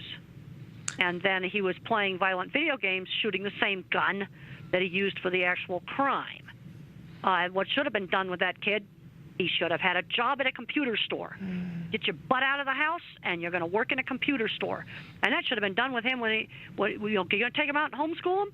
He should have been working in a computer store. These kids have got to learn how to work. Yeah. And that is something that started with me at 13. And when you look at my Different Not Less book, Different Not Less is 14 old gray hairs like me that were diagnosed later in life, and that gave them a huge, wonderful insight into their marriages and their relationships. But one of them, who was a computer specialist, her boss asked her, well, if you'd been diagnosed earlier, would you have become an expert computer person at Intel? And this is the thing that worries me. These kids are not learning any work skills. And just about everybody in Different Not Less had paper routes. Yeah. And I know that those are gone. You know what the new paper route is? Dog walking. There you go. That's a great job for 12-year-olds. How about swimming pool cleaning, especially if you live down south? Because I want something that's not seasonal. Yeah. You know, mowing lawns is good, but it's seasonal. Yeah. But these kids have got to learn how to work. Absolutely. Museums will take kids as young as 12 years old for tour guides. Okay. You have to be 16 to volunteer in an animal shelter. They have got to learn work skills, and yes, volunteer work does count. Well, and our entire topic this week, we're talking about on the show transitioning from teenage years to adulthood, and some of the things that we're talking about are job related, because I think on everybody's wish list for every child is that they be a productive member of society. Well, the thing that drives me absolutely nuts is when I go out to a meatpacking plant, there's gray hairs like me all over that meatpacking plant that run the maintenance department. They do all kinds of jobs there, not just working on the line. That's like grunt work. And they're as spectrum as they could be, but they're undiagnosed. Yeah. And half of Silicon Valley is on the spectrum. You know, it's where people have got to learn work skills. And then you have the kids, you know, there's different kinds of minds. There's the visual thinkers like me, going to be really good at building things. There's a lot of these kids that ought to be going to the skilled trades. We have a huge, huge shortage of auto mechanics. And one of the worst things the schools ever did was taking out auto shop and metal shop and wood shop and art and all of those, cooking, all of those hands-on classes that can turn into great careers. Yeah. You know, and then sometimes we can do too many accommodations. Like here's one that's too much of an accommodation. There's a little elementary school kid that's too shy to get up and do his public speaking in class, so they let him do it on Skype. I'm going, no way. You're going to have to get up in front of the class. Yeah. And I'll tell you right now, when I gave my very first talk in graduate school, you know what I did? I panicked and I walked out. My very first talk. So then what I learned after that, got to have really good slides. And then if you freeze, you've got your slides. Oh, that's great, because we actually had a question from somebody wanting to know what are your tricks to get over fear of public speech. So having slides that you can go to and take a moment. Well, let me just explain what we do with my students, because my graduate students have to, you know, do their little 10-minute presentations, at the American Society for Animal Science, where they tell about their research. And the thing I work with my students on is having really good PowerPoint slides. You know, where you start out with the reason for doing the research, the methods, you know, the animals, the statistics, the procedure, the results, the discussion, the conclusions, and nice pictures on your slides, and then enough writing on your slides so if you panic, you read them. There you go. It's not the end of the world for your first talk. Yeah. And you've talked in so many different venues now, and we've shown your TED Talk more than once here on the show because it's brilliant. And I just wonder, were you extra nervous for that, or was it just fine? Did you feel at home? I would think that would be panicking. I was okay because I've done talks in enough big places. Mm-hmm. And I was okay with that. The only thing at the TED Talk I had problems with is they wanted me to wear this mic that was taped to my face. Mm. And I said to them, I've got to wear that for half an hour beforehand to get used to it. And I did that, and they had a lot of lights, which I don't really like, but I tolerated it because I wanted it to look good, and they wanted it to sound good. Yeah. And that's why they taped the mic to my cheek. Well, it did look good, and it sounded great, and you were brilliant, and we love that TED Talk. I have another viewer who, her question is, how can I learn to control involuntary movements? I have trouble with it, and it's very distracting. And what you have to try to do is to turn it into an involuntary movement that doesn't bother people. I know a guy that has Tourette's. And you'd never know it because he twitches his mouth and his eye. And it's something that, he does it every 30 seconds, but nobody notices. I never noticed it until he told me about it. You can try to switch the involuntary movement into something that's less distracting. You know, there's a lot of people that sit in meetings and they jiggle their leg in meetings. Have you ever done that? Oh, yes, absolutely. And there are people who click their pens. Well, that gets annoying. It does. And I do awful lot of doodling. That's great. Where I just take a pen and I'm drawing circles and I'm drawing little triangles and stars and stuff on a piece of paper. You know, you could do that. You could get a fidget ball. I think what you need to try to do is to try to turn that into something. Because what can be done with Tourette's is you can't get rid of the tics. What you do is you change them into something else that's a lot less annoying and distracting. Okay. And what this guy did is he took a bad verbal tic and he turned it into twitching his mouth and his eye every 30 seconds, and nobody notices it. There you go. Wonderful. Okay. Another viewer wants to know, what's your experience with fragmented vision, seeing only the details of things and not the whole picture? They report that, she says, I see so many details, but I can never just see the whole object that I'm looking at, and I'm wondering what this is and how to understand it. Well, I had a student that had that problem, and she was not autistic. She was dyslexic, and I remember one time we were sitting at a traffic light next to this art store, and I say, Artarama, that's a funny name for store. And she said, all I saw was the A. And Tito describes this, you know, and How Can I Talk? My Lips Don't Move. Donna Williams, in her book, Autism, An Inside-Out Approach, describes this problem. Now, I don't have this. This is where autism is very, very, very variable. It's real, real variable, and I don't have this problem. You know, this is something that, you know, not everybody on the spectrum has. But that they can go to those resources and maybe learn some more about it and what to do about it. So Tito's book again. That's right. There's somebody who wrote in, and I'm unaware of this. Apparently, you are very good friends. Somebody's at my door. I'm going to have to let them in. Just a minute. Okay, well, hold on. I'll let all the viewers know that who we're talking to right now is Temple Grandin, if you're just tuning in. She's joining us via phone, and she's answering parent questions that you guys have written in. And it's a very exciting opportunity for us to be able to talk with her, and we hope we'll have more opportunities to do this. So if you haven't written in a question for Temple Grandin, and you still want to do, because we keep a pool of them so that if we have the opportunity to talk to her again. Sorry, this is where I don't multitask very well. Oh, no, I thought you did very well. Are you kidding me? Okay. And we were just filling our viewers in on what was happening. So, but do you have a few more minutes to talk, Temple? Yes, I do. Okay, great. So somebody wrote in and said that you have, that you're good friends with somebody who's blind. Yes. And that their best friend is blind. And their question is, do you narrate and describe scenes with ease to the friend that's blind? And does that build trust between you? Because the person reports that they're very inspired by the fact that you also have a friend that's blind. Well, she was my roommate, and we would used to go to movies, and we'd sit in the back row, and I would whisper to her what the visual parts of the movie. How beautiful. And then she had a radio that would pick up TV signals, and we used to watch Star Trek on her radio. Oh, wonderful. And Star Trek was pretty good on the radio because I knew what the visuals looked like. And was it easy for you to describe those things to her? Yes, that was very, very easy because I'm a total visual thinker. There you go. So it was very, very easy for me to describe the visuals to her. What a gift to each other. You must have been. She was the best roommate I ever had. And Temple, is it easy for you to have friends? Is it something that you struggle with, or is it something that you're really adept at now? Well, most of my friends are through shared interests. And one thing I really recommend to all the parents out there, get autistic kids or kids that have got whatever diagnosis they got, whatever labels on them, get them involved with things with shared interests.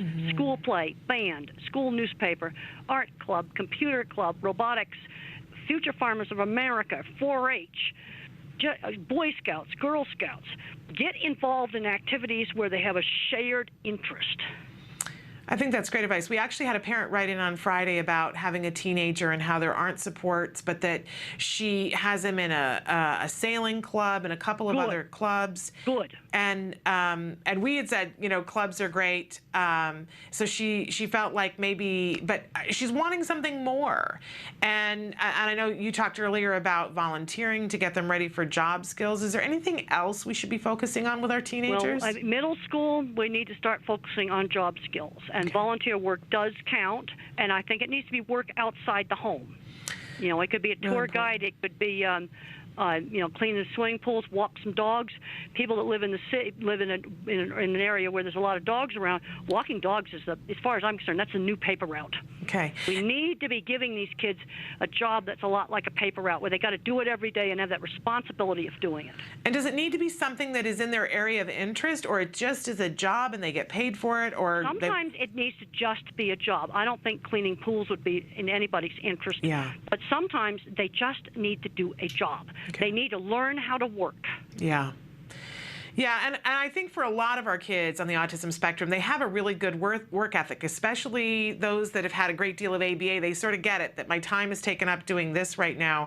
But I do see that as you get into those teenage years, it gets a little bit rougher. Well, I don't think, you see, first of all, I watched a big, long talk with Kristen Smith, who's a specialist in ABA, and he said basically ABA is a little kids program, unless it's real severe autism, and you get most people on the higher end of the spectrum. I mean, they're beyond ABA. Yeah. We need to be, but they need to learn work skills. Absolutely.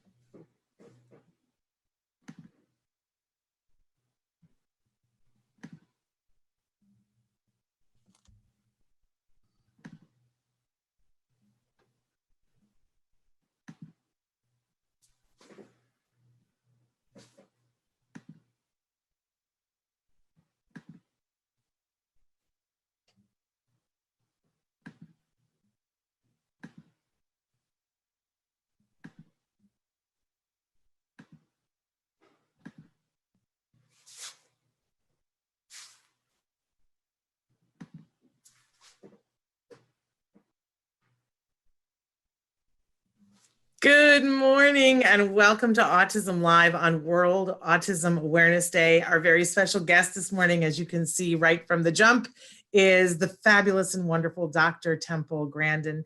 Dr. Grandin, thank you so much for being with us this morning. Well, it's really great to be here.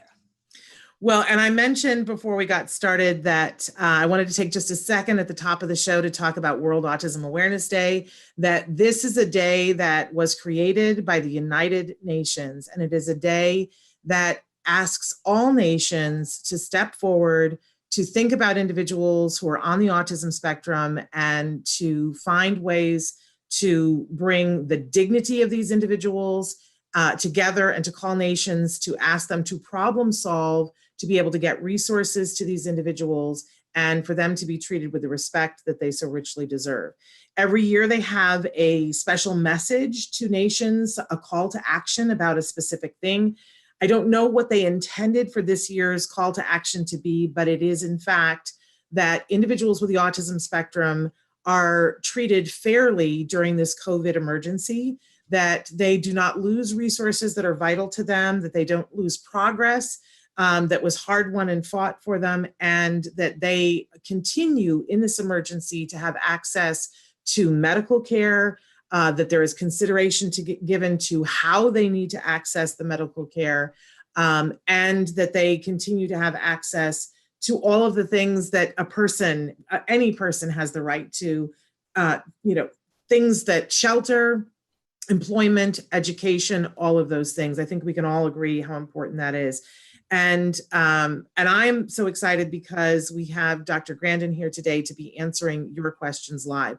I just want to say that there are lots of ways to connect with us right now. If you're watching us on autism-live.com, then you know that there's a chat button at the very bottom. I'm monitoring what you guys write in. That's completely anonymous. We are also monitoring comments on Facebook and on YouTube and on Twitter. So you can be writing in on any of those right now.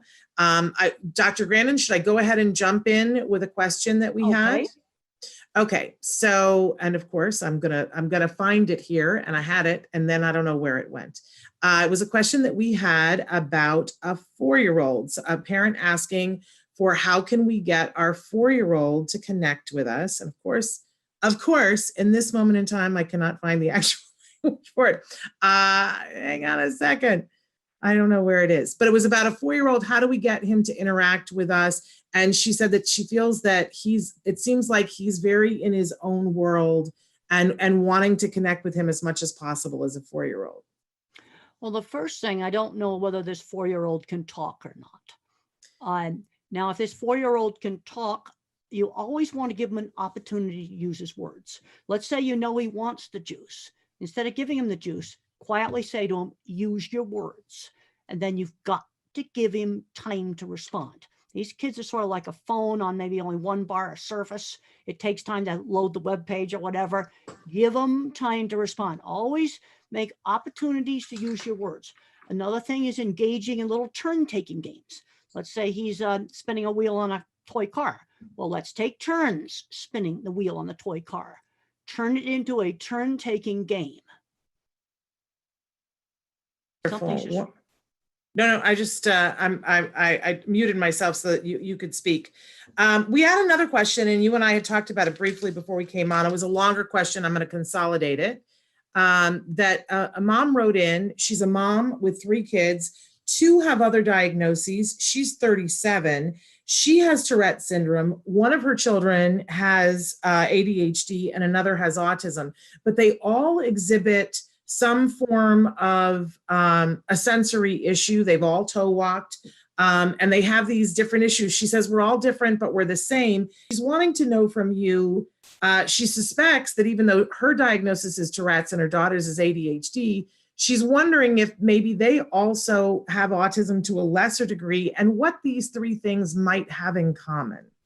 I wanted you to talk about that. Look up research on Google Scholar. Now, Google Scholar is the scientific version of Google. And if you go on Google Scholar, you type in autism and ADHD, you're going to find, and genetics, you're going to find there's genetic crossover. There's also crossover in brain scans where some of the features are the same. See, these diagnostic categories are not precise. It's not like a COVID test. And I want to say a high quality COVID test done correctly that will give you a definitive diagnosis. It's not precise. These categories have blurry boundaries. Sensory issues, those happen in many different disorders, both developmental and head injuries. You also can get sensory issues. So their social awkwardness tends to go with a number of these different things. It's not real precise. Okay. We have a question specifically about the COVID-19 emergency. A parent writes in and says, what advice do you have for a 17-year-old on the spectrum who is having acute anxiety about COVID-19? And they want to know specifically what has helped you with anxiety. I have researched every piece of scientific literature on the shelf in the pharmacy medications that might treat COVID. And even before Donald Trump talked about hydroxychloroquine, I already had found that drug. So just knowing that there's things to possibly treat it. Now, I want to emphasize a lot of stupid things have been done with drugs. Hoarding, it's totally bad. People need that drug for lupus. They need it for rheumatoid arthritis. Also, it's never to be used for prevention. It's to be used for moderate to severe COVID. All the tests haven't been done, but there are things to treat it. Computers right now are finding even more things. So that made me less afraid that there's actually some stuff to treat it. And also I've looked at the statistics. I am in the at-risk group. I probably have a 4% chance of dying. Well, Ebola is a 30% chance. Another thing that put it in perspective for me is I fell 5 years ago in my own bathtub. And a week later, I realized I had a dent here at the base of my skull. That bathtub came that close to killing me. The number didn't come up. I'm more worried about the bathtub. But the reason why everybody's got to stay in their homes is if everybody went out of their homes, well, the hospitals wouldn't even be able to treat people. Right now in New York, they're taking refrigerated trucks. I have to say that's something we use in my industry to haul food in, and they're putting dead bodies in them. That's really horrible. You just would, if too many people got sick all at once, the hospitals cannot deal with that. There's a lot of things that have to be learned, such as if you get COVID, how long do you stay immune? Nobody knows. Nobody knows. Hopefully a long time. If there's a vaccine gets developed, is it going to have to be a flu shot every year, or will it be like one of the more permanent kinds of vaccine? I don't think people know at this point. But I find that in my animal behavior research, if you turn on the seek emotion, that turns off fear. You might want to look at the Jack Penskep emotional systems in my book, Animals Make Us Human. And while I'm looking up all this information online, that made me less afraid, because there are some things to treat it with, and they need to learn how to use those things, and they need to learn how to use them quickly, because we want to try to prevent people from going on respirators. Yeah. Yeah, I mean, I think everybody's entitled to a certain amount of anxiety about this, but a lot of it is that there's so much of this that isn't in our control. But what I'm hearing you say is that you felt more in control when you did some research. I did some research and I found out that now you've got doctors and dentists hoarding this drug. This is bad. Then you've got people that have lupus and rheumatoid arthritis. You see, what these drugs do is they stop the horrible inflammation in the lungs. They put out the fire of inflammation. People with lupus and rheumatoid arthritis that can't get this drug. That is really bad. Yeah. We need to be very considerate. Not okay. No, it is not. And Julie has written in and said, our 15-year-old hardly speaks and spends way too much time in his room. He only comes out to eat, shower, and use the restroom. He refuses to go anywhere and refuses to cut his hair. With COVID-19, his socialization has critically decreased. Telecounseling starts next week, and they said help. Well, I've talked to two boys that got totally addicted to video games. And one of the things that saved them, now I realize this would be hard to do now, is they got interested in fixing cars and doing robotics. And for one of the students, he's now fixing cars. Another one is fixing trains for the railroad. They found out that mechanics was more interesting than video games.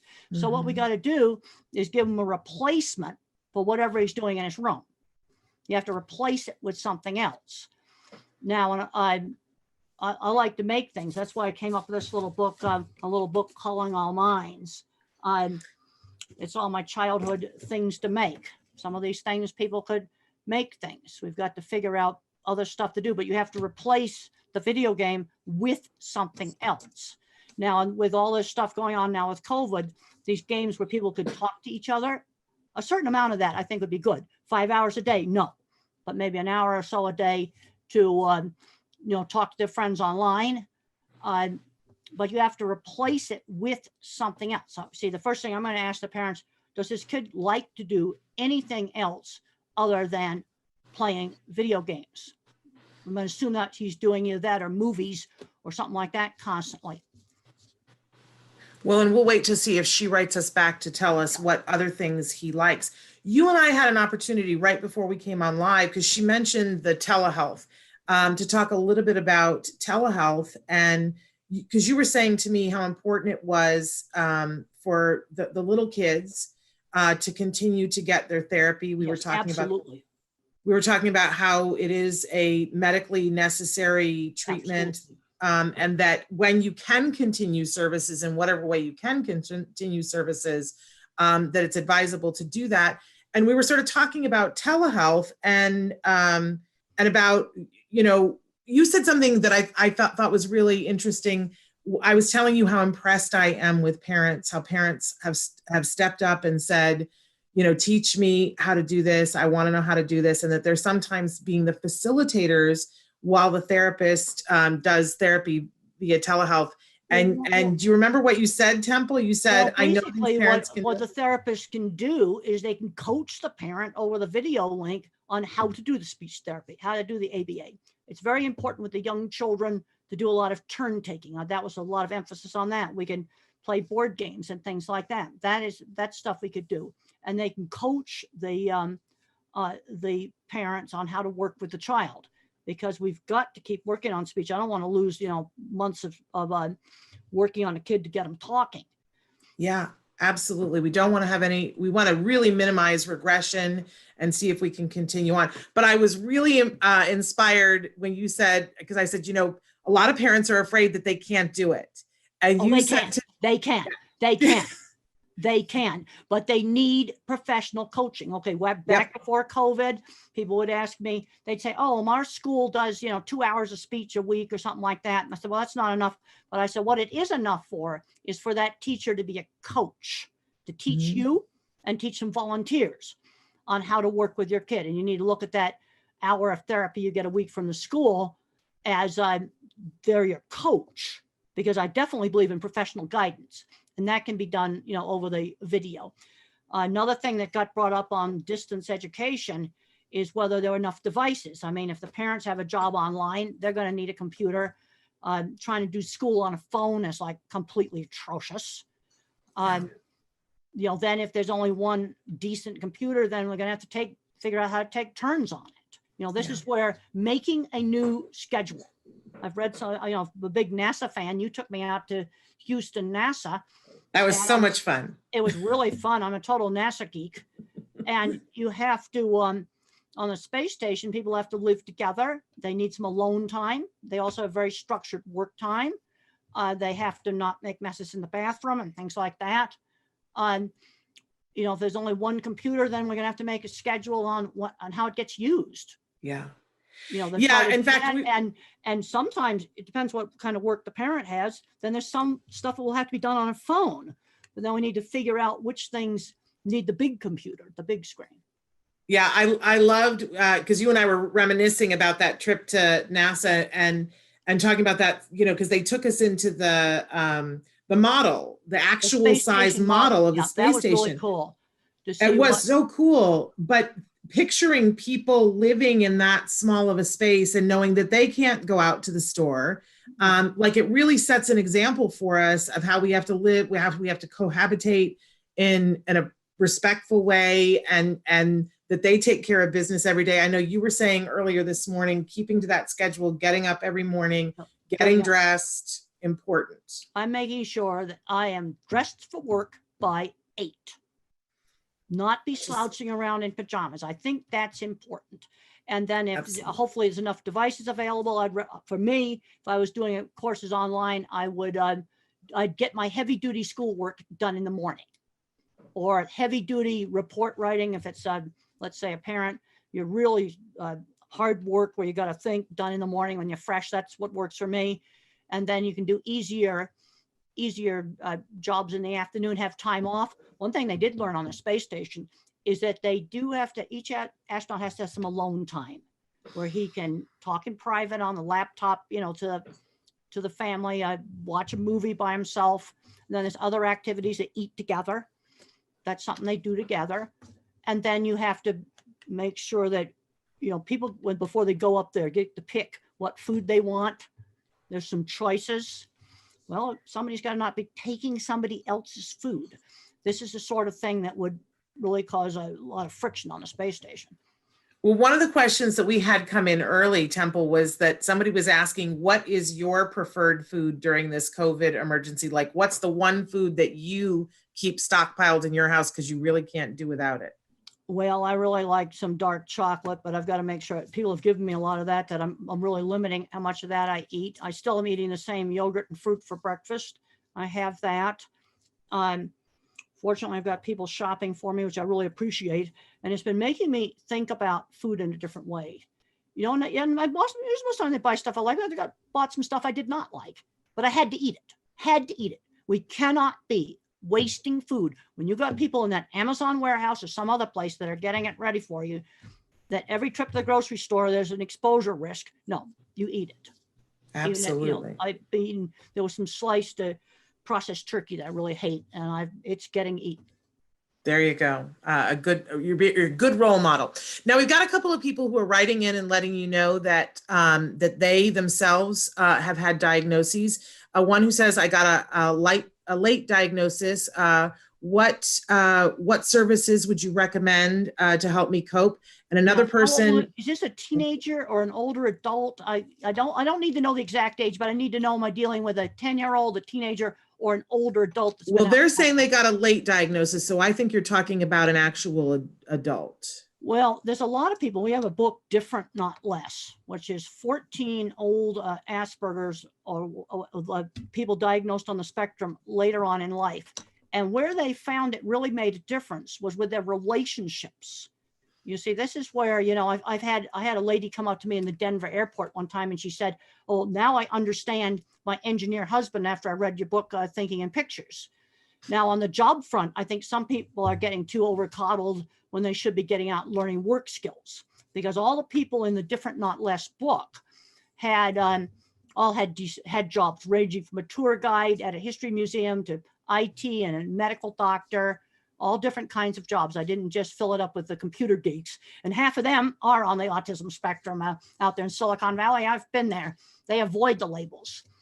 But Absolutely. The first step is realizing, that you think differently. And for relationships, that it's been a good thing for a lot of people. And that's why I did the Different Not Less book. And all of the people in that book are employed. Wonderful. I should point out that Temple has been prolific and written a lot of books that are really amazing resources. And you can find all of her books on Temple. They're available on Amazon. Look at that. New edition of The Way I See It. Brand new 5th edition of The Way I See It. A whole lot of little short articles. We updated it. Just came off the press about a week ago. Wonderful. And so people can go to templegrandin.com to get the books, but they're also available on Amazon if you want to put it in your Amazon cart as part of your delivery. Now, Katie has written in and said, I have anxiety a lot. I have autism and ADHD, and I'm worried a lot. How can you help me with my anxiety? But Katie does not say how old she is. Katie, this can is the you tell problem. us? You see, because I've been on antidepressant medication since my early 30s. Because as I went through my 20s, my anxiety got worse and worse and worse. My body was like in a constant state of fright. I remember telling Dustin Hoffman when he did Rain Man, imagine how nervous you were when you did your first interview to land a big part like that. Well, that's the way I feel all the time. And in my book, Thinking in Pictures, I describe what it was like before and then taking antidepressants.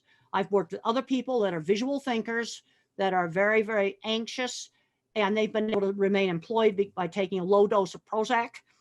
I'm taking one of the old-fashioned drugs. The mistake that gets made with antidepressants when they're used for anxiety is too high a dose. Label doses are often way too high. You might have to take only half to 3/4 of a label dose on some of these different drugs. But basically, antidepressants saved me. I don't think I would be here. And one of the things that happened with me, is some of my stress-related health problems cleared up. The colitis cleared up. But, there's a place for medication. Now, way too many meds are given to little kids. That's why I wanted to know age. Now, I was a full-fledged adult when I took it. Okay. My brain was now, fully developed. But there's some people that are going to need a little help from biochemistry, and that's why the chapter is called A Believer in Biochemistry. The other thing that helps is exercise. I'm doing now modified push-ups every night. I was doing sit-ups, but my sciatic nerve acted up, so then I had to change that to modified push-ups. And what I do is a burst of hard exercise. And if I don't do that every night, I cannot sleep. So that needs to be something people get into their schedule. And I had already developed exercises I could do in a hotel room. I don't really like going to the gym in a hotel, something I could do in the room. And I want to warn you that the first time I did the sit-ups, I could do like 2. You have to work up to it over several months. But those are things that helped me. The other thing is there's a point where you just got to get out and do things. Mother always gave me a choice. When I was 15, I was afraid to go to my aunt's ranch. Mother gave me a choice. I could go for a week or I could go all summer. Not going, that wasn't going to be one of the choices, but always choices. But there's a point where I recommend reading that one chapter in particular on how I dealt with anxiety. And the thing that was weird is that when the colitis flared up, I was less anxious. It was really, really weird. Interesting. But I don't think I'd have any insides left if I hadn't gone on the medication. And I know other people professionally, visual thinkers, one that's definitely autistic, other 2 are definitely not autistic, where a little dose of Prozac kept them off the drugs and the alcohol, and they'd be in the gutter if they weren't on the Prozac. Wow. Now, our mom who asked before about the young man who is in his room all the time, the 15-year-old, she has written back to us and she said that you were right. He is obsessed with video games. She says his school was creating a special project for him, for him and a group to create a new sign for the school. With the school being closed, that is on hold. He loves art. We brought more than $200 in supplies at Christmas as a Christmas gift, but he has no interest in any of it, Temple.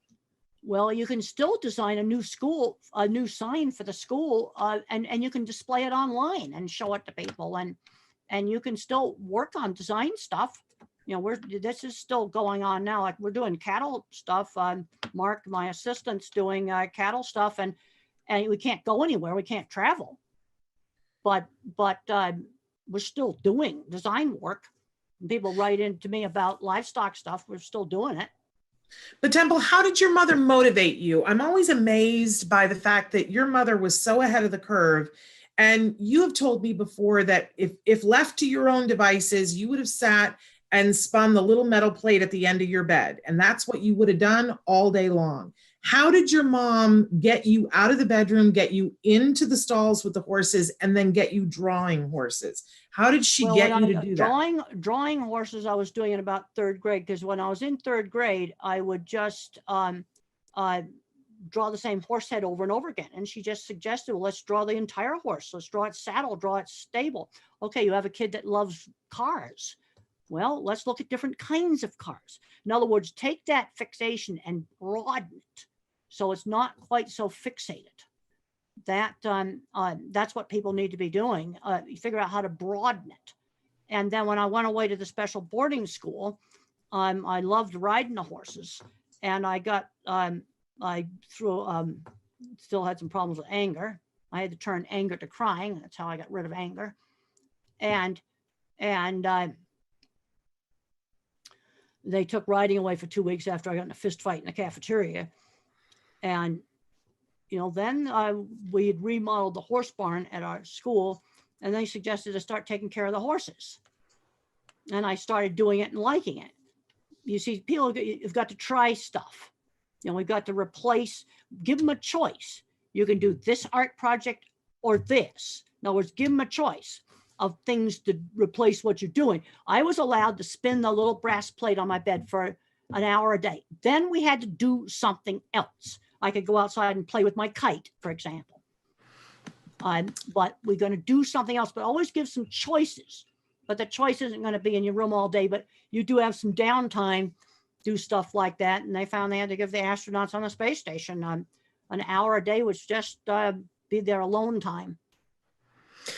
So many people are writing in so many wonderful things saying what a gift to have Temple's opinion and thank you. And a mom who has written in and said that you helped her so much that years ago you were able to be on the phone with her and that you helped to get her child to eat and that it was just a dream to be on the phone with you.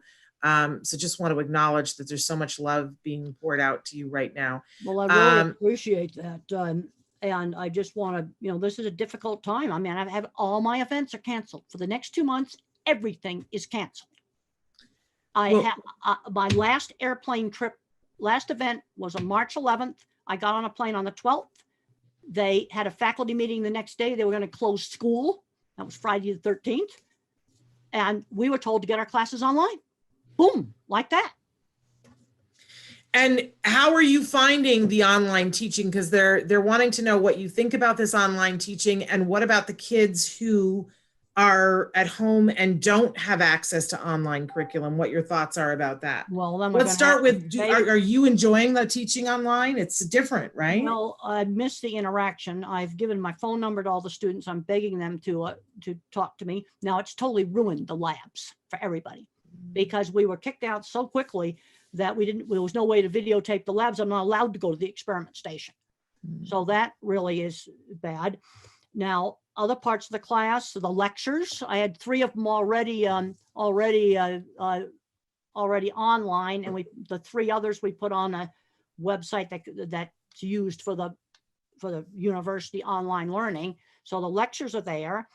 I have a project where they have to do look up journal articles online on a subject that each student picks on animal behavior that interests them. That we can still do just fine. They're still going to do the drawing project. And then to turn it in, they're going to have to screenshot it with their phone. And then I get on the chat board every afternoon and make replies. And so you're making it work. Make it work. Right. And I had to learn how to use the stuff. I had to get my students to teach me how to use it. And it's like, boom, you got to do this. For the parents that are home and have kiddos that are home that are on the spectrum that typically would have had an aide in the classroom and are now faced with the teacher being online and the kiddos aren't responding well to it, do you have any words of wisdom? Well, the thing is going to be really hard on the parents. The parents are going to have to be the aide. I don't know anything else to say. Now, I'm recommending that we're going to get up. We're going to not be in jammies. We're going to get dressed for school, dressed for work. I think that applies to the whole family. And let's get some of the serious schoolwork done in the morning when you're not tired and cranky, and save the easier stuff for the afternoon. Then we have then you have an hour where you can play a video game, and then you can go walk the dog. Then we do some exercises. Maybe we get group exercises online or something, but make a new schedule the same way they do in the space station. They schedule their meals, they schedule when they have to do their experiments, but they also have scheduled downtime. Yeah, in fact, you can pretend that you're on the space station. Well, that's sort of like what it's like. Yeah, it's exactly what it's like. And then for parents, they're also wanting to know if there isn't anything online that's being offered, do you have any recommendations? Well, then I would go on some of the homeschooling websites and maybe buy some workbooks, buy some materials online. Now, one of the problems that's happening with Amazon Warehouse now is they may run out of books because they have to stock essentials. But the books are available electronically. So if you buy a Kindle or some other device like that, I'm sure that's considered essential. But no, you need to get some materials. I'd get on the homeschooling websites and I would try to find materials. And we're going to have some classes. We're going to have to have a time where we're going to do schoolwork, whether it's actually online or you're going to do it with some materials. There's tons of free stuff online. Let me tell you how to find some really cool mathematics stuff. Use Google Images to search for mathematics stuff. You will find websites you will not find on regular Google. You want to see the cool patterns? Go to Google Images, type in protein symmetry. Let the math kids go play with that. You and I they'll see talked the about map this and last week, and I've been having fun with it all week long. Because when I called Temple to see if she was available to do this, and she was like, "Are you near your computer? Look this up right now." And I said to you, I said, Temple, I'm looking at these beautiful pictures. What am I looking at? And do you remember what you said to me? Well, you're looking at things like the mitochondria of the cell that provide energy for your body to work. Yeah, You're but you looking said at- to me, you're looking at the art that is inside your body. That's right. That's And right. that got me very It's excited. very, very cool. And there's so many, now for computer programming, there's Scratch programming, there's a code.org. That's another thing. Coursera has a lot of free college classes. Now, if you want them for credit, you're gonna have to pay, but there's a lot of free stuff online that you can do where you can take college classes online, really cool college classes. You Take turned me on advantage to of this Khan stuff. Academy. You're the Khan person. Academy. Yeah, Khan is KHAN academy.org, you guys. And Temple was the first person to tell me about that. And they have curriculum aligned information for everything from pre-K through 12. It's an incredible, and actually above that, it's an incredible place. And you're the one who told me, and I got my son on there. It changed everything. And it's free. So you can't beat that. All this stuff I'm talking about is free. Okay, some more questions here. Now that adult that we were trying to figure out, he said he was diagnosed at 58. How exciting is that? And that he was nonverbal until he was 5. And that was that person that we were talking to about things that could help, resources that could help. So it was an adult. Good. Another person says that they have a 5-year-old who has good vocabulary, but how can I encourage him to talk? He's simply not interested to talk. Used to talk when he was below 2 years. Well, always make opportunities for talking. If he wants a food or he wants a toy, say, use your words and then give him time to respond. These, if the website doesn't come up right away and you're poking the mouse and stuff, and then the computer just freezes. Well, that's the way these kids are. You might have to give them 5 seconds to respond. That's a long time if you time it.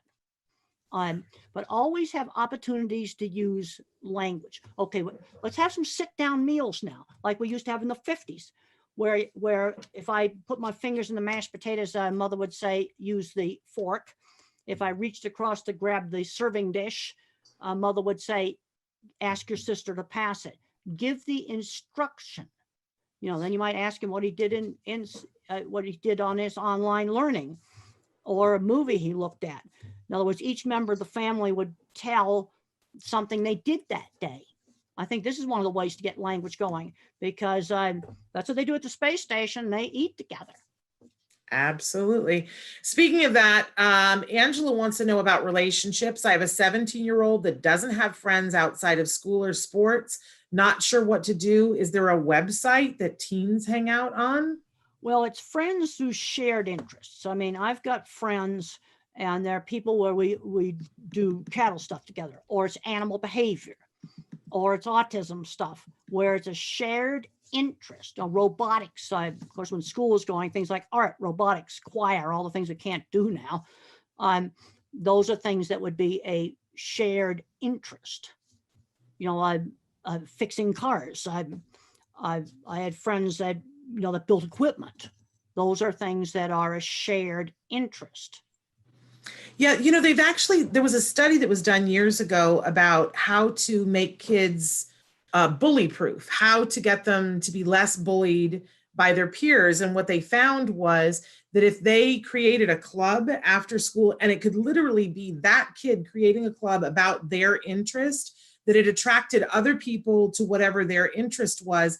And then they formed a pack, and they were less likely to be picked on, all of them.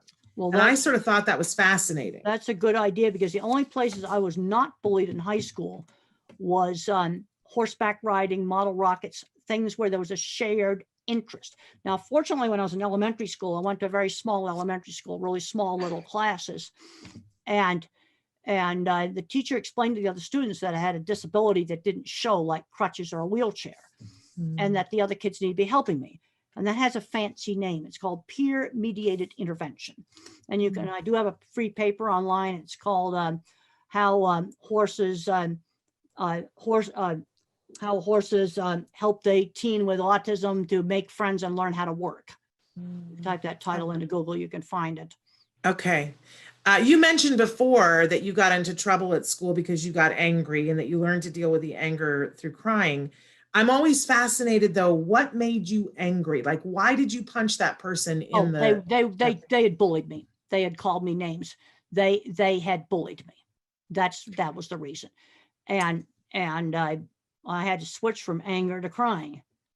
And another thing with NASA, I went to a really sad thing where when they had on 60 Minutes when the space shuttle got canceled, these NASA space scientists were crying.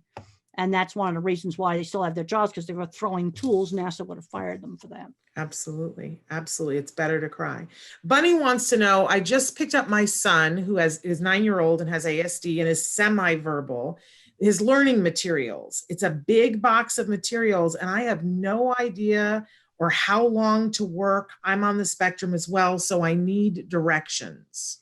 Well, some kids can, concentrate longer than others. Some kids are really hyperactive. You got to do a little bit of learning and then give them breaks. It's going to depend upon the kid. And there's others that can knuckle down and, put a bunch of work out. I think another thing that might help with the kid is let him have some choices of which things we do first, so he has some control over the environment. We're going to get the schoolwork done, but we can have some choice of when we do some of the different activities. And some kids can do a lot of work at one time. Other kids need breaks. They need sensory breaks. I think one of the worst things schools did was taking out recess. Another thing that schools did that was really bad was taking out hands-on classes. If I had not had sewing and woodworking and art, I would have hated elementary school. So let's work craft projects. And of course, here's my book on the things I used to like to do as a kid, Calling All Minds, and making things. Maybe we can work math into making things. We can think of creative ways to do things. I'm finding right now, the day that I've got graduate students right now with awful writing skills. They don't know how to sort of frame an argument for something. And the reason why they're so bad is they never had to write book reports, and they never had anybody mark up their work, and then they had to go back and correct it. And this is something that's gotten really bad in the last 5 years, and I'm not the only professor that's been complaining about this problem. Well, and the thing is that this period of time, regardless of whether we wanted it or not, we are forced to have this opportunity where we could do all kinds of things. So maybe at school, they're not going to stop and have a break and teach sewing, but we absolutely can do that. You can do that. You can break the work up. You can do it like a lot of older people. I'd rather just get a big slug of it done in the morning, but there may be another kid where you do a little 15 minutes of work and then you do something else and it's spread out through all the day. Yeah. But you need to eventually, you got to figure out some kind of a schedule where absolutely. Now, Alexis has written in and said, because we were talking about video games before, they said a lot of video games aren't a problem. Get the kid to learn how to. They may learn how to. They may either for videos that teach people how to play or teach them how to run massive multiplayer games. Now, Temple, I'm wondering, have you seen any of the games that are VR? Have you done the thing where you put the? I haven't. I've done virtual reality.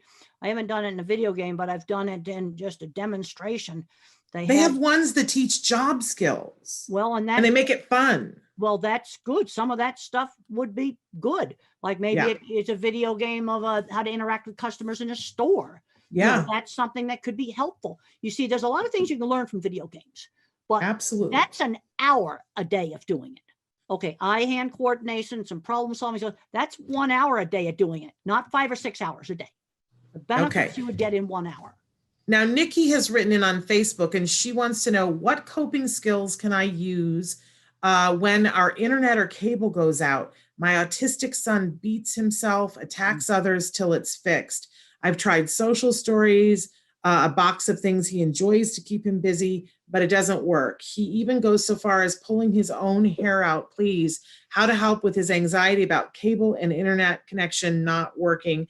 Thanks. She says this is a major problem. Ooh, well, one of the things first of all, let's try to work on getting him to do some other things where he's not so dependent on the internet connection. Does he have a dog? would he like to learn how to cook? Would he like to learn how to do some hands-on thing? I'd like to try to get less dependency on the internet, that there's other things that you can do. And Absolutely. and now there's still, if you have DVDs around, you can have some DVDs that you could play. You can probably buy a DVD player online so that you've got some movies stored. So when the cloud crashes, you could still have things to do. You see, the problem is the internet circuits are getting overloaded. Yes, It's it a is. problem. I keep, keeping my fingers crossed that we get to get this live feed out. But I also want to put a plug in for those of you who are having ABA with your kiddos and you're doing that telehealth piece that Temple was talking about before, where they're coaching you. This would be sort of an ideal thing to ask for coaching on from your ABA professional to help you to set up parameters and an intervention so that you knew what to do when it was happening and you knew what to do before it was happening. I just want to throw that 2 cents in. Well, I'd like to try to work with this kid to have less dependency on the internet. Absolutely. And let's start working on gradually getting him to do some other things that have nothing to do with a screen, so that screens aren't his whole entire life. And Yes. you're going to have to do that gradually and give him some choices, because so the internet is going to go down. That's going to happen. It is going to happen. Manuel wants to know, my daughter is nonverbal and very hyperactive. She's 9 years old. What would you recommend to help her? And he says, it's a pleasure watching you both live. It's a pleasure being here with you. And I don't know about you, I got so excited about seeing Temple's Kitchen. That was a big, woohoo for me today. I read a really, really funny thing online that some employees, has this big, huge, super important vice president boss, and he couldn't get away from looking at the guy's kitchen cabinets. Right. And I read that on a thing about, working online. They just couldn't imagine that this big vice president might even have kitchen cabinets. Right. I'm like, Temple, there are things people have. Right. There are things on your refrigerator. And before this is done, I need to know what things are on your refrigerator. Well, it's exciting to me. There's a bison on there, and there's a cute little puppy on there. Then there's some little magnets that were given to me of some artwork.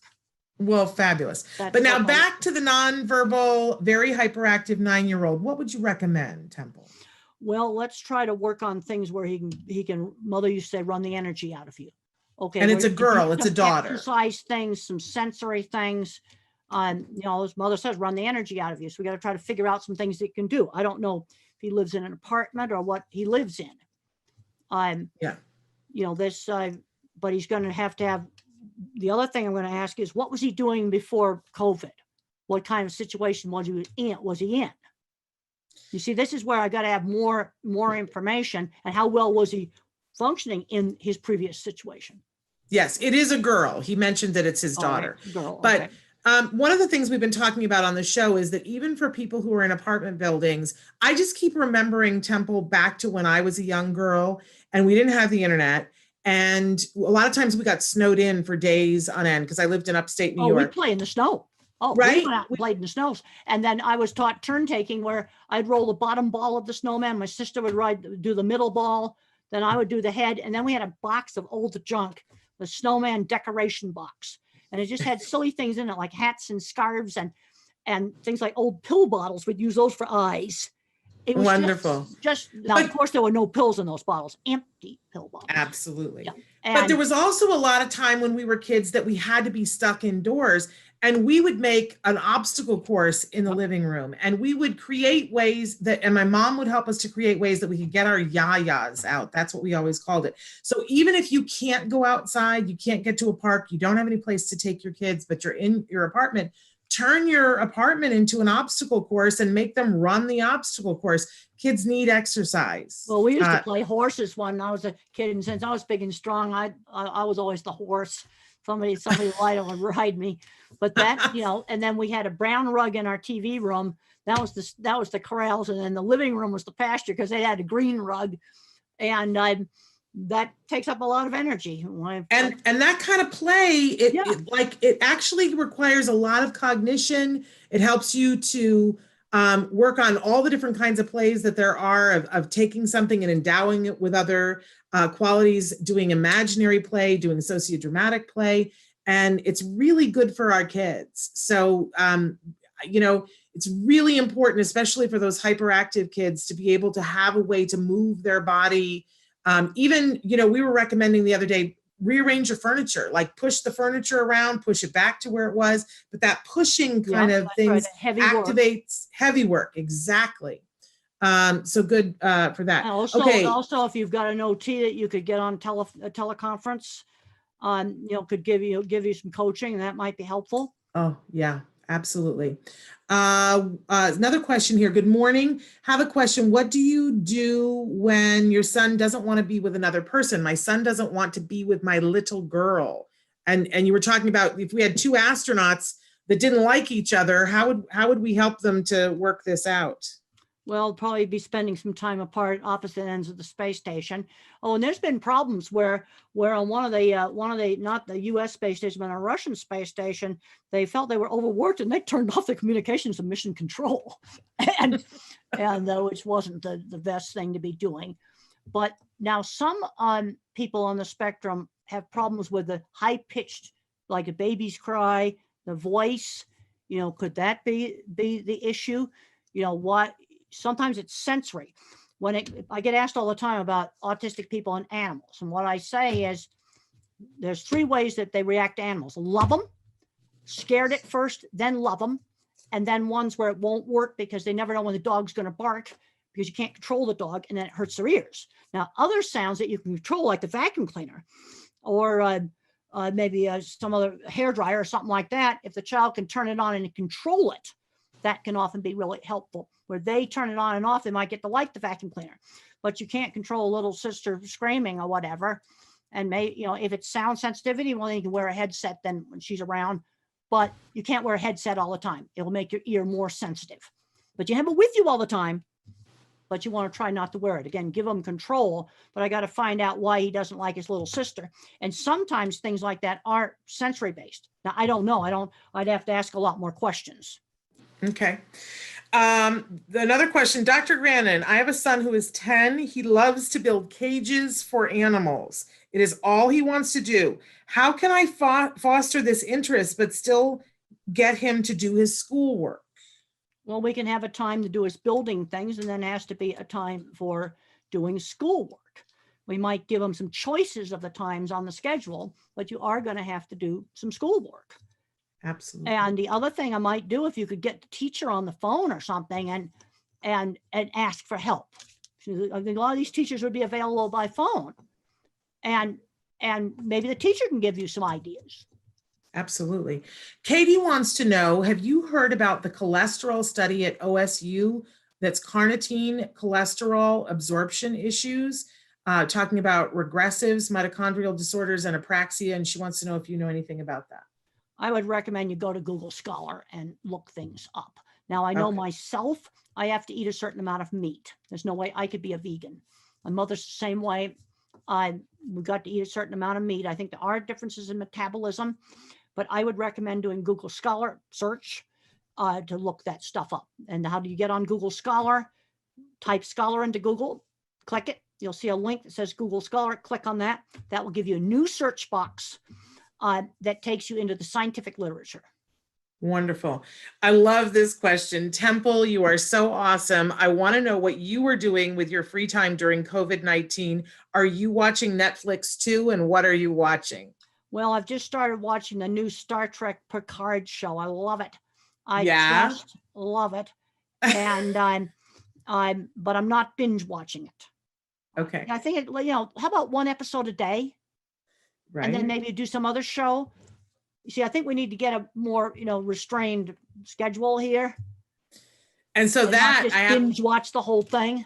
Right. Well, I happen to know that show is on it's on CBS Access only. So it and for a while it only comes out once a week. So but then they leave the episodes online.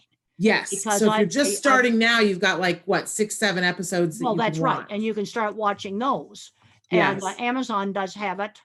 You can get it that way too. Have you had the opportunity to meet Patrick Stewart? Never have met Patrick Stewart, but I did have the opportunity one time to meet Leonard Nimoy. Oh, I'll Yeah. bet that was super cool. Yeah, that was. Now, I've not met, I did not have the opportunity while he was alive to meet Leonard Nimoy, but I have met Patrick Stewart. He would probably think you were the most fabulous Well, thing I ever. loved Temple. Mr. Spock, and I loved Data because I really Yes. related to those characters because they're like an autistic person.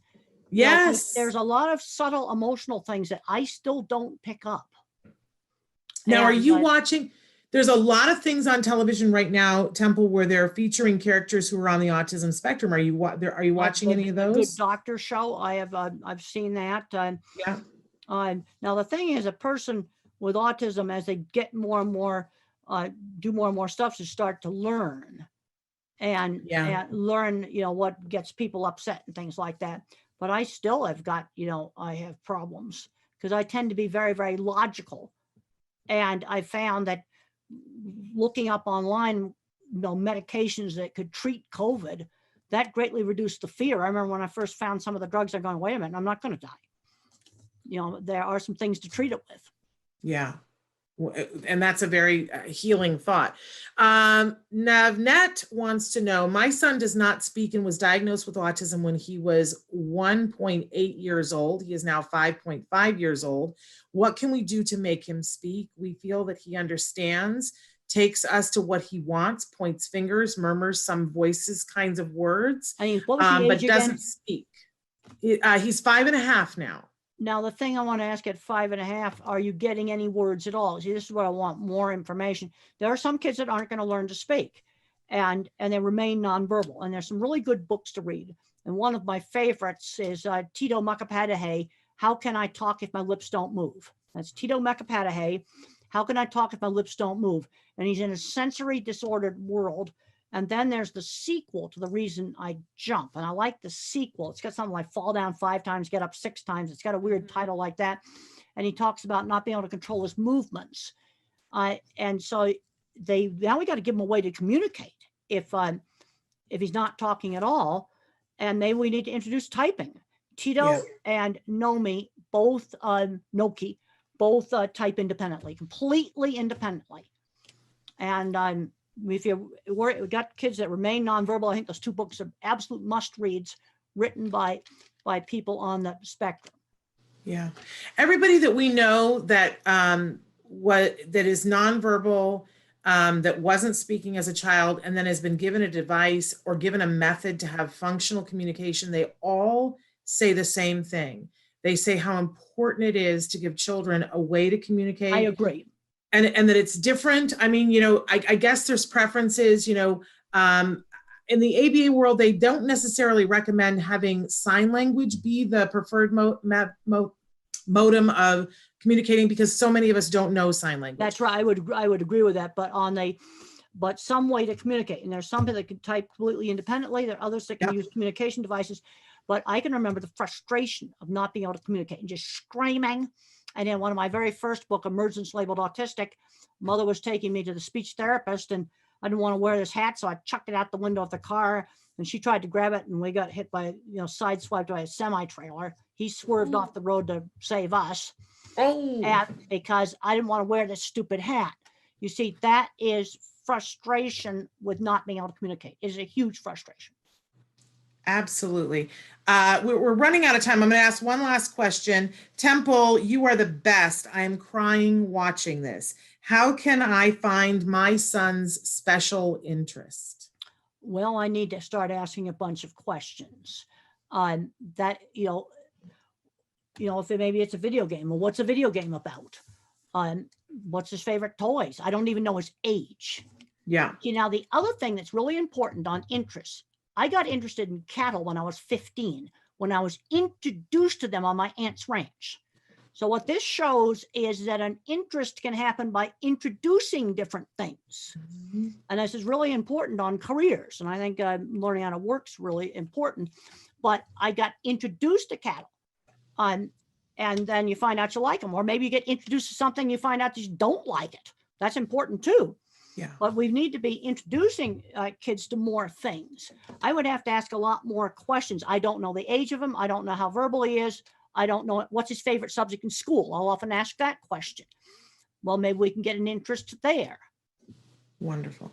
All right. Well, and I don't know if they'll have time to write in, but I wanted, before I need to remind some people about things that are happening on the show. But before we leave, I want to ask about your mom. How is your mom doing? Well, she's doing, and we got some groceries sent to her. She Good. said she didn't need them, but she's done. She walks every day. She said she's got to keep walking. She's 93 years old, and she's got to keep walking, and she's doing really well. Good. I'm so glad to hear that. For so many of us, we all look up to you, Temple, and think that you are incredible. But for a lot of us moms, we also, we try to follow in your mom's footsteps, because look at what a great job Well, she mother did. had a very good sense of how to push me. You got to stretch these kids. You don't chuck them in the deep end of the pool, but she had stretch and give choices. Stretch just outside the comfort zone. She had a really good instinct on exactly how much to stretch me and give me choices. Like when I went to my aunt's ranch, I could stay for a week or stay all summer. Not going wasn't one of the choices. But Yeah. I did have the choice that if I got too stressed out, I could come back. I got out there and I loved it. And I'm finding kids where he goes to maybe a sleepaway camp or something like that, and then he finds out he likes it.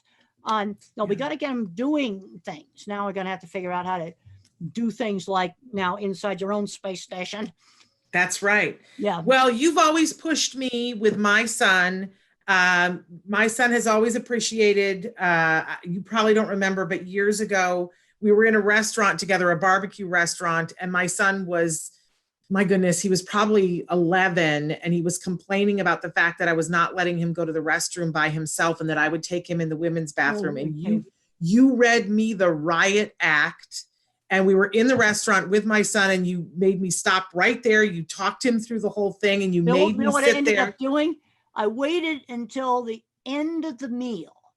Yes, Okay, we you had did. the whole meal, like for maybe 20 minutes or so. And at the end of the meal, I just casually said, okay, it's time to use the men's room. Yes. And he got up and he used it, and he had to ask the waiter where it was, because I could see, I was facing towards where the restrooms were. You were back to them. And he went, and he successfully used the men's room. Yes. But I didn't tell him at the end of the meal you're going to use the men's room. No. I just casually said, okay, it's time for you to go use it. Yep. And you made me sit there, and and you talked me through it while he was in there, and you told me he was going to be okay, and you told me, you have to stretch him, Mom. You have to let those apron strings go further, because he needs it and he's ready for it. And it was a barbecue restaurant. It was like 1:30, 2 o'clock in the afternoon. Yep. And there was nobody else would have been in that restroom. It wasn't busy. I could see the door and then see him come out. Yeah. And he did it. Yep, he did. And all because you talked me through it. And I appreciate that still to this day. And he does. He's like, Temple's on my side. I get to use the men's room. All right. We are about to be out of time, but I can't tell you how much I appreciate you. And honestly, Temple, if you have more free time over the next couple of months, we're happy to have you back whenever you want. Okay, I thought you have me back at 5 o'clock my time in Colorado. Yes, we have you back later on today for a very specific group today that it's just a group for parents, and thrilled to have you then. But if you want to be back on Autism Live, we will make ourselves available whenever you want to do this. I'll probably be happy to do that. Well, wonderful. A couple of programming notes that I want to tell you guys. We are back tomorrow with Let's Talk Autism with Shannon and Nancy, and our very special guest on the show tomorrow is Danny Bowman. She is, and actually you have met her, Temple. She's a remarkable young woman in her 20s on the autism spectrum, brilliant artist, has her own animation studio, and she teaches animation to individuals on the spectrum. And she's offering a very special online class right now that's free. Well, she's going to tell us about that. So wonderful. And then we've got great programming for you next week. I want to let you guys know that a week from tomorrow, we're going to have Julie Matthews from Nourishing Hope. There's another person that Temple, that you've done things with Julie Matthews before. And she is getting ready to do a big summit that's online towards the end of this month that I think you're all going to want to know about, because it's about the food that we eat and how it affects us and how it affects our kiddos, and what foods we can do to keep what things we can do to keep our food supply, even in this emergency, as clean as possible, so that our kids have healthy guts, which then helps them. And I know that that's something that you're very interested in as well, Temple. We all got to be healthy. And you were talking about the food supply, right? Well, I'd say we got people out there, truck drivers, we need to be thanking them, people that work in these warehouses. Absolutely. Because you have the Amazon warehouse, but you take Walmart, Walmart has a warehouse, Target has a warehouse, all the grocery stores, they have these big distribution centers, huge supply chains that people have to work in to get that food into that store. Absolutely. Absolutely. So Julie's going to be talking with us a week from tomorrow. We've got great guests all next week, including Dr. Doreen Granpichet on Wednesday, here answering your questions. But we're a little bit past time. We have to let Temple go. She's got lunch plans. Another appointment, so I'm going to have to go. Temple, it's been such a pleasure. I'm going to talk to you later on today. Okay, great. Wonderful to talk to you. I'm going to sign off now. All right. Thank you so much. And I'm going to sign off too. We're going to be back tomorrow with Danny Bowman and Let's Talk Autism with Shannon and Nancy. Until then, give your kiddos a hug from me and one for you too. Bye-bye for now.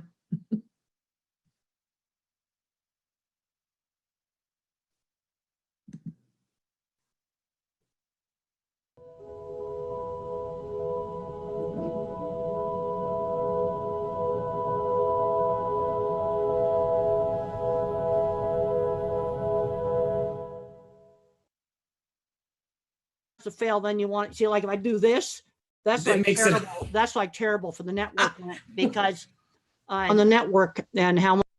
Oh, now we're going to. I just messed up the network doing that. I was going to say it's like the doctor who said the old joke about you go to the doctor and say, "Doctor, it hurts when I do this," and the doctor says, "Well, then don't do that." Yeah. Right. The advice and opinions expressed by the host of Autism Live and her guests are meant solely as suggestion and should not be in any way construed as child-specific advice. The Center for Autism and Related Disorders advises working with a board-certified behavior analyst who has experience with autism before starting any intensive behavioral intervention. Any choices you make in determining your child's treatment are completely at your own discretion.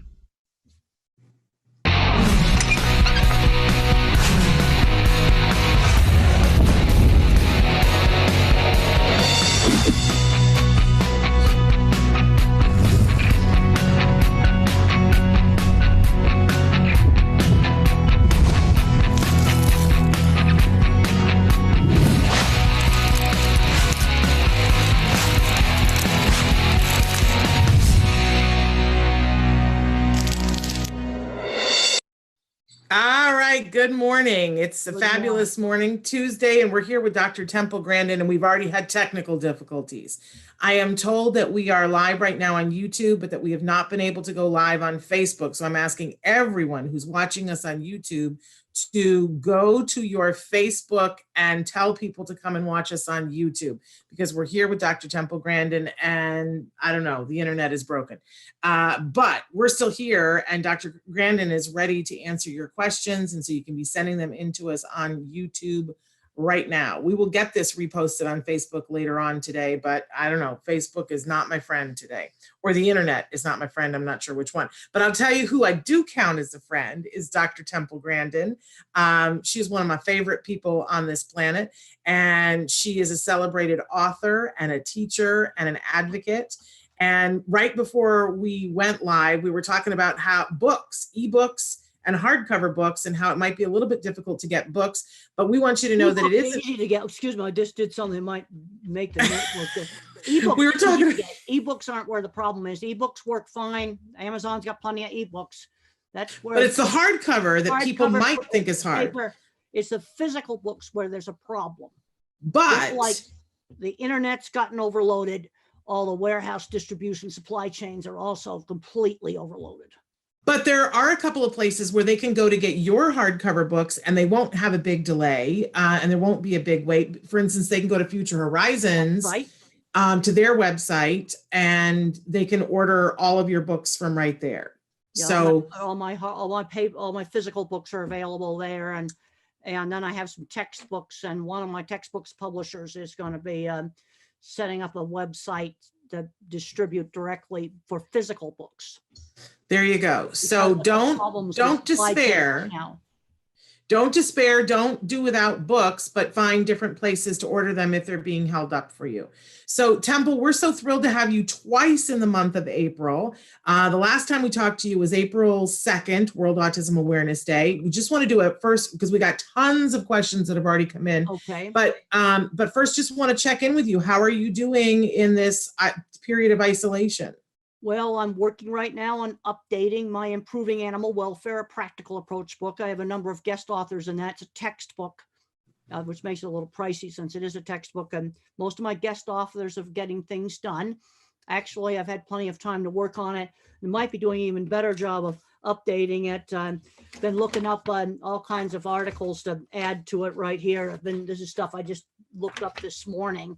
I print out. I always love to know what you're researching, because the last time we had talked to you, you were researching protein symmetry, and it was some beautiful artwork. As you said, art in your body. What were you researching this morning, or is it secret? It's not a secret. I was simply looking up problems with older dairy cows, and that sometimes they get into very bad condition. And I was trying to just get some updated data on that. Because very cool. The second edition came out in 2015, and for the new 20 or 21 edition, I want to try to have the newer references. It's not changing a great deal. It's just updating it. So I was just looking up new information on bruises and survey that my student did at cow-calf producers on management practices. Very cool. I was telling you earlier that the first time I met you, the first time I interviewed you, we brought one of the people on our crew brought cows, plastic cows, and you signed this one for me. You actually signed a couple of them, and Autism Live gave some away to some really incredible people. I don't know if you know, that's how we ended up going to NASA together. Yes. You signed a cow for me, and I gave it to one of the flight directors at NASA, and he was like, "Is this what I think it is? Is this a cow signed by Temple Grandin?" And I said, "Yeah." And he was like, "Oh my gosh, I can't believe you've met her." And I said, "She would love to come here. And why haven't you invited her?" And that's how that whole thing happened. We went to NASA together and toured. It was Temple, my small crew, and what was it, like 5 astronauts that were following you around all day? That was like a super, super fun trip. It was a great day. I have the video from it, and at some point we have to make a short film about that, about you going to NASA, because it's some pretty fabulous video. But okay, that's neither here nor there. Let's get into some questions, shall we? Because we have a lot of people voting. I just want to tell everybody, I have pages of questions that people wrote in. Can you see multiple pages, plus which we're taking questions right now on Facebook, on YouTube, on Periscope, and on Twitter. So if you are on one of those mediums and it seems that I am ignoring your question, please know that we're buried in questions, but keep them coming in. Okay, first question. I really want to know how Dr. Grandin started eating any kind of food. Did she work on sensory issues? Did she just decide to start trying different foods? My son is 11 years old, and since he was 2 years, became very selective. He says that he will eat once. He says he will eat once he went to secondary school, but he changes his mind and keep telling me that when he turns 20, he will eat then. He is a healthy boy, but really worries me that he doesn't want to eat like everybody else. So how did you, because you were selective for a while. Well, actually, I was a good eater. The reason why I was eating the yogurt and Jell-O in the movie is when I got in my 20s, I had terrible problems with anxiety, terrible colitis attacks. And then when I went on antidepressant medication, real low doses of it, the colitis attacks actually stopped because my nervous system wasn't in such a state of stress. But there were times where the colitis attacks were so bad that everything went through me, and that's why I ate yogurt and Jell-O. And then I would gradually wean off of that. And I actually hated yogurt. I had one doctor wanted me to drink buttermilk. That's like liquid vomit. I had to chug that stuff down. Ugh. And then I would wean back gradually onto regular food, some saltine crackers. And then I'll go and do a talk, and there in the green room's a whole bunch of little Jell-O things. I just hate Jell-O. It was something I had to do because of colitis. But let's just talk about kids that are picky eaters. One way to help to get them into it is trying new things, is let them get involved with food preparation, where they can play with the food out in the kitchen. We don't play with food at the dining room table. Want to have manners there, but in the kitchen we can play with food and explore it. Sometimes that's helpful. And one of my big concerns, if a kid just eats just 2 really restricted things, is the old vitamin deficiency diseases. I was just looking at one of my autism newsletters, and there was some kids that got scurvy. That's vitamin C deficiency because of being on a very, very restricted diet, and they weren't taking any vitamins. No, get food preparation. Just get them involved in that, and they get to play with it. And then they might want to taste it, and that's a simple thing to do. Food is a very sensory experience. I love that idea. Another question. Good morning, Dr. Grandin. I have a 10-year-old son diagnosed at 5 years old, went from verbal to nonverbal. We started ABA therapy at 5 years, and he has a lot of words now dominated by a strong mouth stimulation, echoing, scripting almost 95% of the day. Because of his scripting behavior, the school hold him at ASD 1.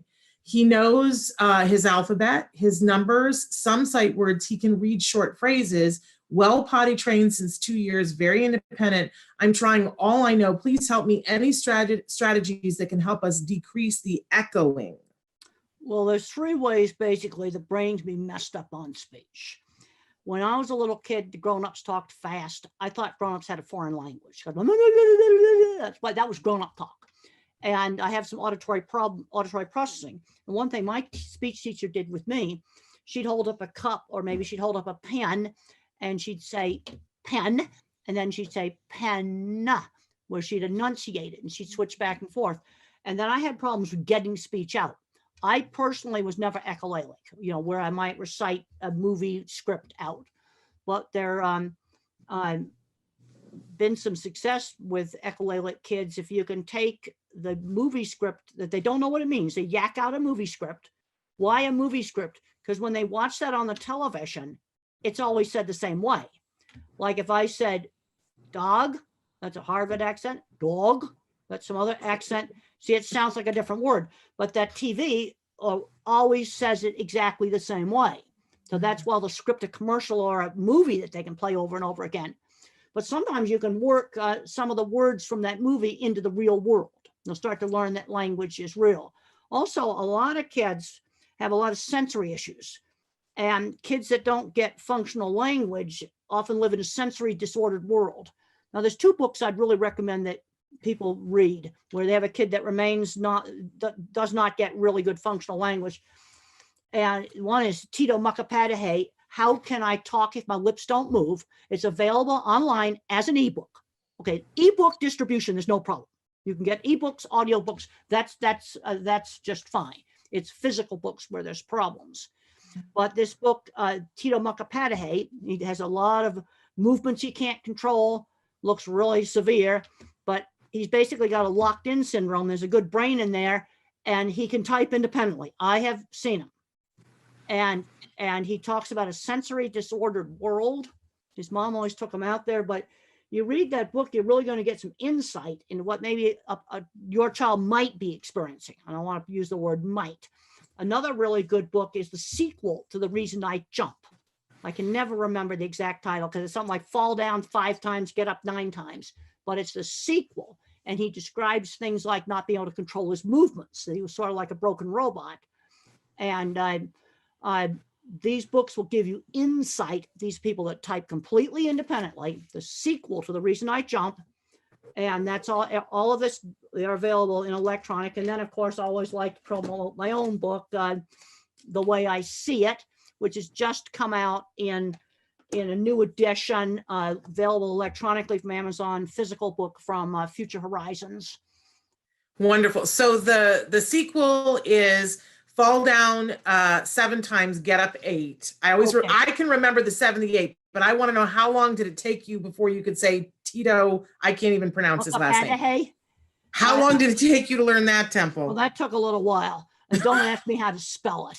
Okay. And we the won't hold title you of responsible. his book is How Can I Talk If My Lips Don't Move? But if you're working with, I'm not talking about 3-year-olds here. I don't recommend these books for people with 3-year-olds. But you got an older kid, doesn't have functional language. I think these books are must reads because they're going to give you tremendous insight into what's going on. Wonderful. Somebody wants to know, my 13-year-old son seems to avoid speaking about autism-related conversations. At one point, I felt he was depressed. Suggestions? Well, the thing is, things interesting on how you view autism. You go out to Silicon Valley, to big tech companies that bring you the technology we're using, and they avoid the label. They don't want to be labeled, with a disability. And then I see other kids where autism becomes their entire identity. I don't think that's good either. Maybe something more in the middle might be better. For me, autism is an important part of who I am, but being a scientist and a problem solver right now, I work on a lot of different things trying to solve problems. That's that comes first for me. I think I just talked to a really interesting person. I have to keep some confidentiality. This is a person who works for a major important technological stuff, had an IQ off the charts in everything, never got labeled with autism, but then she found, she had a high IQ. She said, well, I could go places. Well, she was waiting on tables one day, and she waited on two people that opened up to the door into a fabulous technological career. I have to keep confidentiality, but yes. She recognized, and then when the guys talked to her, they recognized her intelligence, and she was invited right in. That's back door. And the thing is, she recognized that back door, but her label was high IQ. That was the only label that she had. She's a person, 50s, a bit of an older person. But you see, I did the same thing in my career. There's a scene in the HBO movie where I go up and I get the editor's card, because I realized if I wrote for that magazine, that would really help my career. And she recognized the door and she went through it, and she was waiting on tables. Sometimes you just don't know who you're waiting on. See, half of all good jobs are gotten through the back door anyway. All good jobs. I believe that too. Okay, somebody wants to know, glad to see you ladies. What are the signs that a kid will reach a high functioning level? My son is 6 years old. He is functionally verbal and has a moderate level of autism. He has been receiving ABA for 3 years now. I can't answer specifically, but let's just look at 6 years old. Okay, I'll ask you about the speech. Can he ask questions? Can he request things? Can he read? I was 8 years old and I couldn't read. And mother taught me with phonics, and I went very quickly from the 3rd grade level up to the 6th grade level of reading. But let's just look at the skills. The thing is, a person with autism or a child with autism, they blossom. I've had parents say, well, I got my kid out doing all these things, got my kid out on a boat, never thought he'd get on a boat. And they get out and do things. You just don't know. But there's a tendency to overprotect. What you want to do is stretch and say, well, would you want to go on a boat or would you want to go for a hike? Give them a choice, but get them out there doing things, and they can sometimes really blossom. They can do a lot more than what you think. And, absolutely. And I'm a visual thinker, so I don't really relate to terms like level 1 or moderate. I'm going to go, okay, let's just look at the skills. Dress, shower. Let's start with the basics. Potty. Okay, should be learning some reading skills, writing skills. Maybe he has motor issues. Well, then he can type. There's a reason why keyboards were invented. What can he do? It's when kids are really little, you just can't tell. I looked horrible when I was a real little kid, just horrible. I want to bring up, since you brought up your mother, that your mom, Eustacia Cutler, is going to be with us on Friday. Good. And she's going to be answering questions, and she's going to speak a little bit about a bunch of things. And so she's asked that people send their questions in early, and that she wants to answer questions on a general nature. We're working out a way that she can meet with people to answer questions individually. She prefers to do it that way. So we're asking for you to send your questions in for Eustacia. You can do that as soon as the show is over, because later on today, I'm going to go over some of the questions with her. But we're really excited to have your mom on Friday. Well, Temple. Good. That's just great. But I'm going to be, like that. It's hard. First of all, I don't have enough information to answer things absolutely specifically. But there's a tendency, and I can understand why Silicon Valley avoids the labels, to become the label. Like this lady, I just talked to her. She had high IQ. She started talking to these tech guys. Next thing, they're taking her over to the workplace and they're hiring her. Yeah. Yes, because I mean, I'm pretty sure she's on the autism spectrum. There we go. Sure, just in talking to her, and I'm pretty sure she's autistic. I can't say for sure, but right. I love Howie Mandel. He has a phrase. He says, let's stop talking about what somebody can't do. Let's look at what they can do. He says, let's not talk about disability. Let's talk about this ability. Well, this is what Stephen Hawking has to say. Y'all know who Stephen Hawking is. Yes. Concentrate on the things. Your disability does not prevent you from doing well. There we go. I love it. I really like that. I like that too. I also like different but equal, and we know who started that. Yeah. That would be you. Yeah. Wonderful friend. Okay, next question. Someone told me that fine motor is also connected to oral motor. What are your thoughts about that? They say that their son is having trouble lifting his tongue. Well, you need to go to a specialist on that. Occupational therapist, physical therapist, yeah, you definitely need to see a specialist. I am not qualified to. Have you ever heard of the fine motor, though, being connected to the oral motor? I've never heard that before. Well, I would definitely go to a specialist. Now, I have my other favorite thing I do, and that's reading scientific papers. Then I might end up going deep into the literature, but I recommend you get professional advice on that. M says, this is interesting. I'm autistic and you talk about it well. Michelle wants to say hi to you. Oh, thank you. Devin says, I'm also autistic with Asperger's syndrome. When I was in hospital, my mother said that I have Asperger's to the nurses, and they did not know a bit about it, which is fascinating. Okay. Next question. My son is 4, and so it's so hard to get him to focus on anything besides his routine play. Any suggestions at all for a 4-year-old who always wants to play the same thing, Temple?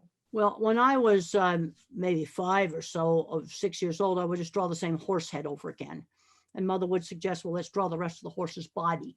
Now, I need to, before I can actually give you any specific advice, I need to know what he does over and over again. Because what you want to try to do is take whatever he does. Let's say it's lining up blocks. Let's just say it's that.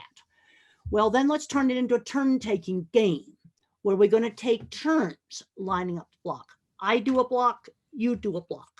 Let's just start out with something very simple like that to try to broaden it into a turn-taking game. And when I was that age, there was a lot of emphasis on turn-taking games done with board games, a little bit older card games. You've got to learn to wait your turn. Okay, let's say he's spinning a wheel on a toy car. Well, then we're going to share the car and take turns with it. And then hand the car back and forth. We'll take turns spinning the wheel. Then I want to broaden it out into driving the car around. And we're going to go to different places in the living room, like the bookcase or the chair leg. There's something like that. Just very simple things like that, broaden it. Wonderful. This is a tough one. My 10-year-old nonverbal grandson started hitting himself very hard in his face, leaving bruises, hiding under a blanket, even when going out, and being very disconnected. Doctor said it's puberty. What's your thought? It's heartbreaking. Well, you better get some professional advice on that. The other thing you've got to look at is exactly when did the behavior start? Okay, this is a basic principle in animal behavior. I don't care if it's dog behavior, horse behavior, you got some kind of a problem. People tend to overgeneralize. I want to know exactly when that started. Puberty comes on somewhat gradually. Maybe there was a traumatic event, something like that, a death in the family. I don't know.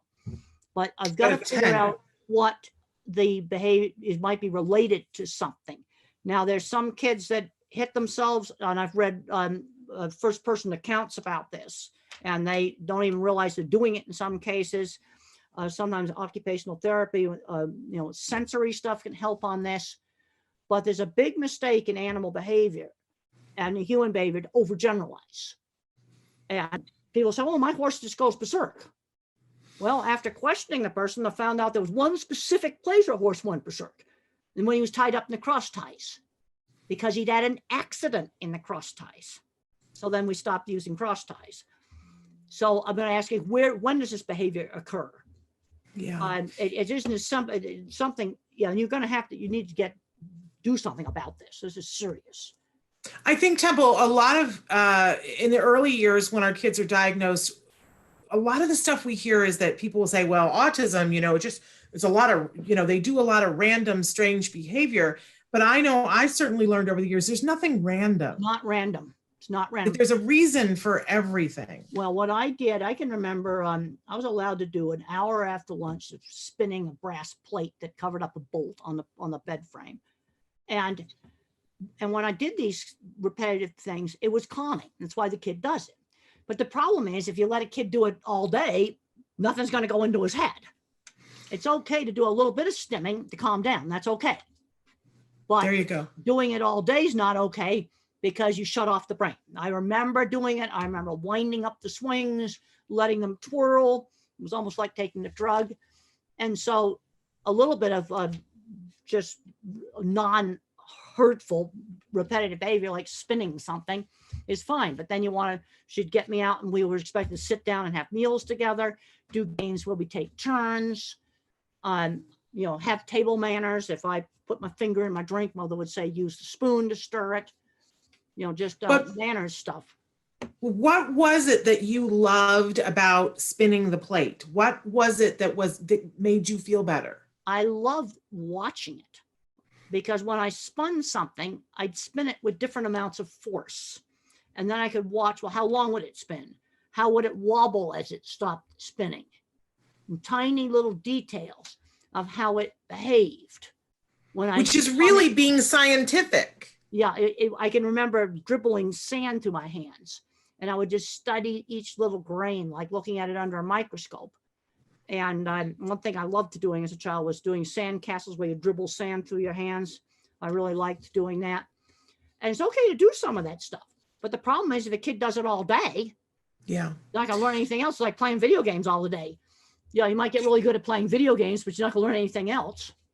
Do you still do anything like the spinning the plate or like the sand through your fingers? That's part of your daily? I do a lot of doodling on papers. I'll do a lot of that kind of stuff. I've got like 25 binder clips in a chain that I'll sometimes manipulate when I'm on the phone. Love it. They're in my upstairs office.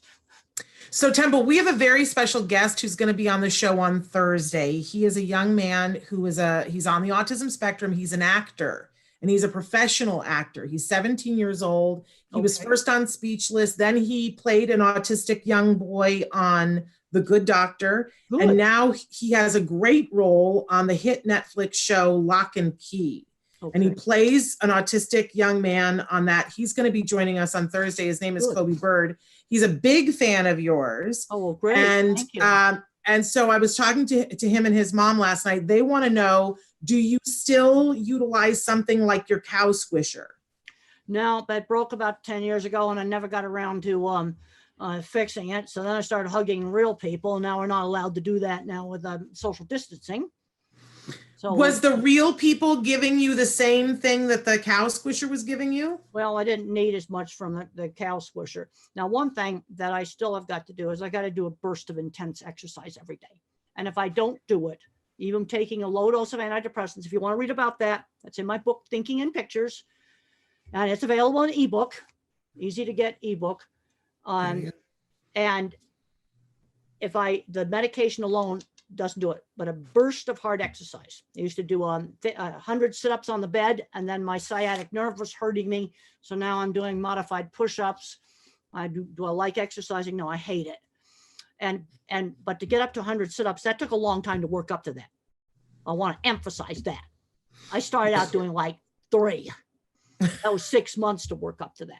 Wow, and I'm impressed. But if I don't do that burst of hard exercise, then I have trouble with sleeping. And I found that I'd added up like how much airport walking I did. That just doesn't seem to do the same things as the burst of hard exercise. I've been listening. You said that when you were with us on the 2nd of April, and I've been trying to add a burst of hard exercise, and I find that it's helping me too, Temple. So well, you've inspired me. Work up to it slowly. I don't want anybody having a heart attack here. No, I want to emphasize working up slowly. But there's something, and I think there's starting to be some scientific evidence about a burst of hard exercise where slow walk, I have to get myself breathing hard a bit. Yeah. Love it. Okay, somebody's written in and said, I am autistic, but diagnosed as an adult. I am 30 now, was diagnosed 2 years ago. I know that whenever I was a child, I was reading before my 4th birthday, but did not speak until I was 6. When I did finally speak, I was speaking on the same fluency as my peers. And I believe that the reason I was able to speak so well was because my immediate family still spoke to me and would have conversation with me as if I was able to use my voice. What do you think about that, Temple? Well, I think that's important. I think that's important. One of the things that, Soma did with Tito, and how can I talk with Soma? She took them everywhere. Yeah. Well, they were from India, so they go on the outdoor markets and railroad station and all kinds of places like that, noise and stuff. She took them everywhere, and we got to get these kids out doing things. Now, what do you do about the sound sensitivity? Well, I think I may have talked about that before. Give the kid control. Let the kid turn that dreaded hairdryer on and off. And then he's going to find it fun to blow things around the house with it when he can control it. Okay. We're getting a couple of questions for your mom, which is really great. But I would sort of love to know your opinion on this. They're asking, they want to ask your mom, how do you teach hygiene? They have a daughter who's 18, high functioning autism, has to be reminded about deodorant. It bothers me that she's not mindful about daily care. Now, clearly your mom taught you manners, and she, because you are a professional, and, hygiene is a very big deal. I've heard you lecture about people presenting themselves cleanly and getting their hair taken care of. What do you think made that important to you? Was it something that your mom did, or was it something just in you? It's something that a guy in the construction industry did. There's the scene in the movie where the boss slams down the deodorant. And they actually took two bosses in the movie and combined them. It was actually a construction boss that did that. And I wanted the job. And he basically told me I had to clean it up. It was that simple. And I wanted the job. And that's something. Now, back in the 70s, they had these gunky, awful roll-ons. Now the solid sticks, you don't even feel them. There's no excuse for not using solid stick. And I get the unscented type. No, you have to clean it up. It's just that simple. Do you think it's better coming from somebody other than mom, or do you think it could be from anybody? Well, the thing that made the big difference on me, it was this was a job I really wanted. And he slammed down the deodorant just like it was shown in the movie and said, "You stink, use it." Exactly what he did. I showed Mick Jackson, the director, exactly how to slam it down. And I realized I had to clean it up. Yeah. No, it doesn't mean that you have to become a different person. I still dress eccentric, but you just can't be a rude, filthy slob. Do you consider the way you dress eccentric? Well, it's a little different, but it's important to look presentable, and dirty, filthy T-shirt. That's not okay. Wear a T-shirt, but it needs to be a clean one. And I seem to recall that there's a story about when you went to go to the Emmys. Was there discussion about what you were going to wear about that? Am I crazy? No, I wore a shirt that was a gift from my sister. It's my top was Ralph Lauren. My bottom was Walmart. Black Walmart. One of the reasons why I wear Walmart dress pants is because they don't itch. I got to have pants that don't itch. And they make really nice dress pants and not very expensive, but I thought that was kind of funny to have Ralph Lauren on my top and Walmart on the bottom. Was there somebody who was pressuring you to wear a ball gown or? No, there wasn't. I wouldn't wear a ball gown. No. I mean, in this day and age, I think everybody is allowed to dress how they want to dress. I was dressed up. There actually was a Ralph Lauren shirt that my sister gave me, and that's the reason why I wore it. You looked great. Yeah, you looked great. And when Claire won and you stood up, I think we all cried. We all were just beside ourselves. And then I grabbed the mic and I said, "Mom, I know you're nervous. Stand up." And then the boom camera came over and took a picture of her, and she stood up.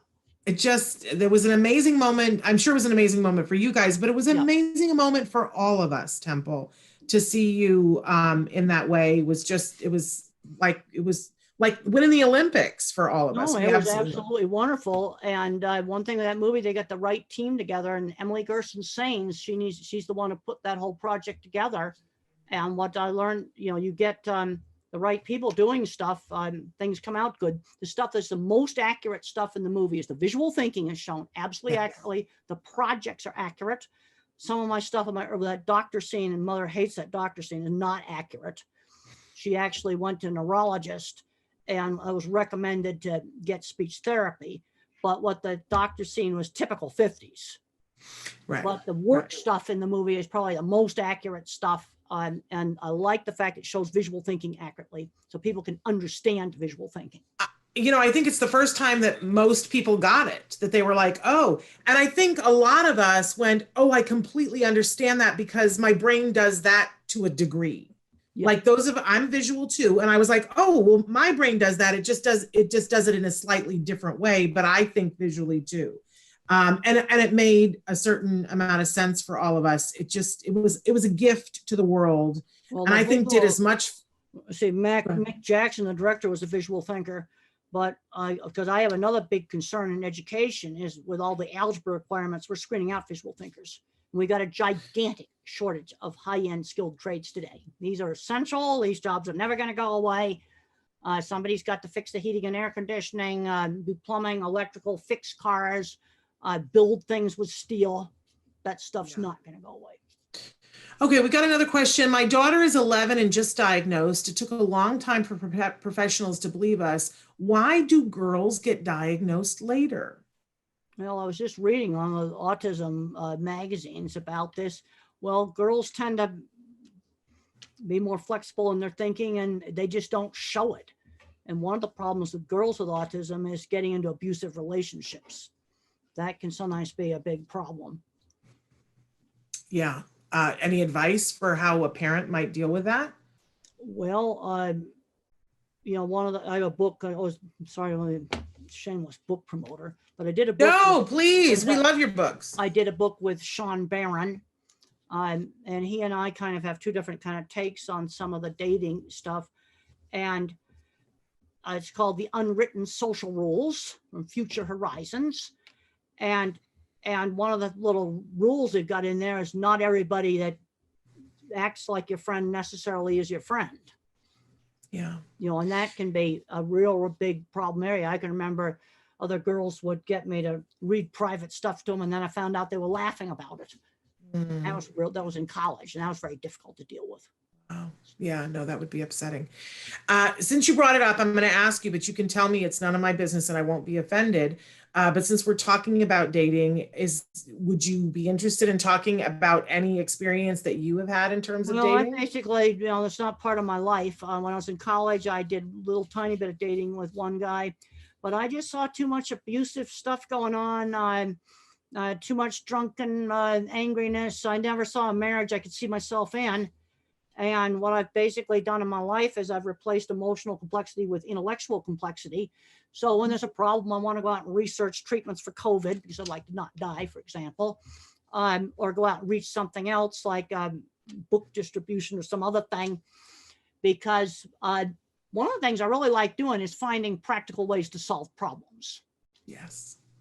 Yes, the first time I met you, after we were done with the interview, you were asking me questions about, did my husband and I ever get like dating time? Did we ever get to go out alone? And I was like, no, Temple, we don't have anybody to watch our son. And then you started giving me marriage advice. You started saying to me, no, you're going to have to figure this out. You're going to have to, trade with another mom. And, because you have to have time with your husband where you're not talking about your son. And I started to laugh. And you said, what are you laughing? And I said, I'm just having this wonderful moment where I'm realizing I'm getting marriage advice from Temple Grandin. And you said, I'm a problem fixer. I like to solve problems. And I've never forgotten that. I'm still happily married, probably thanks to you, Temple. I didn't. Okay. It's one of the things that Mother has talked about is having time for the siblings. Okay. My sister's a year and a half younger. And the other ones there was a big enough gap in age that I don't think there was much effect. But the one that was a year and a half younger, I was getting the attention and she wasn't getting enough attention. And that there needs to be time for the other siblings to get and do something they want to do. Are you still close with your siblings, Temple? Oh yeah, yeah. But I've been calling up Katie and Izzy and talking about what's going on in New York right now. They live in Manhattan, New York. Yes. Well, as I said before, we're having your mom on Friday, and we're taking questions. Because later on today, I'm going to go over questions with her. So if you guys have questions for her, be writing those in after the show so we don't confuse them with these. Okay, my son has trouble when we used to go out to stores. He gets overwhelmed. How can I help him? He's 4 years old and he can read. He always wants to play with my hair while we're grocery shopping. How can I help? Well, I think probably the grocery store's got a lot of noise. Now, one of the things with sensory oversensitivity, one thing that helps is giving the kid some control. Okay, let's start off with going to the store maybe when it's not so busy. But then on the other hand, if he starts to get overwhelmed, maybe he can have a signal. And if he gives that signal, then she'll take him out. In other words, giving him the control. See, this is the same thing as the kid doesn't like the vacuum cleaner. You let the kid turn the vacuum cleaner on. Or the kid doesn't like buzzer on the scoreboard in the gym, and you go down there when nobody's there and you turn the thing on where the kid controls it. Or you can have your headphone, you got it with you, but you want to try not to wear it. In other words, but it's with you. Again, yes. That gives you control. And then gradually you'll get to where you can tolerate more and more supermarket. But because some of these things can be desensitized. I remember mother saying in one of her talks, she said, well, I got upset about some cannons that went off at the circus, but she took me back there again anyway, because I kind of liked it.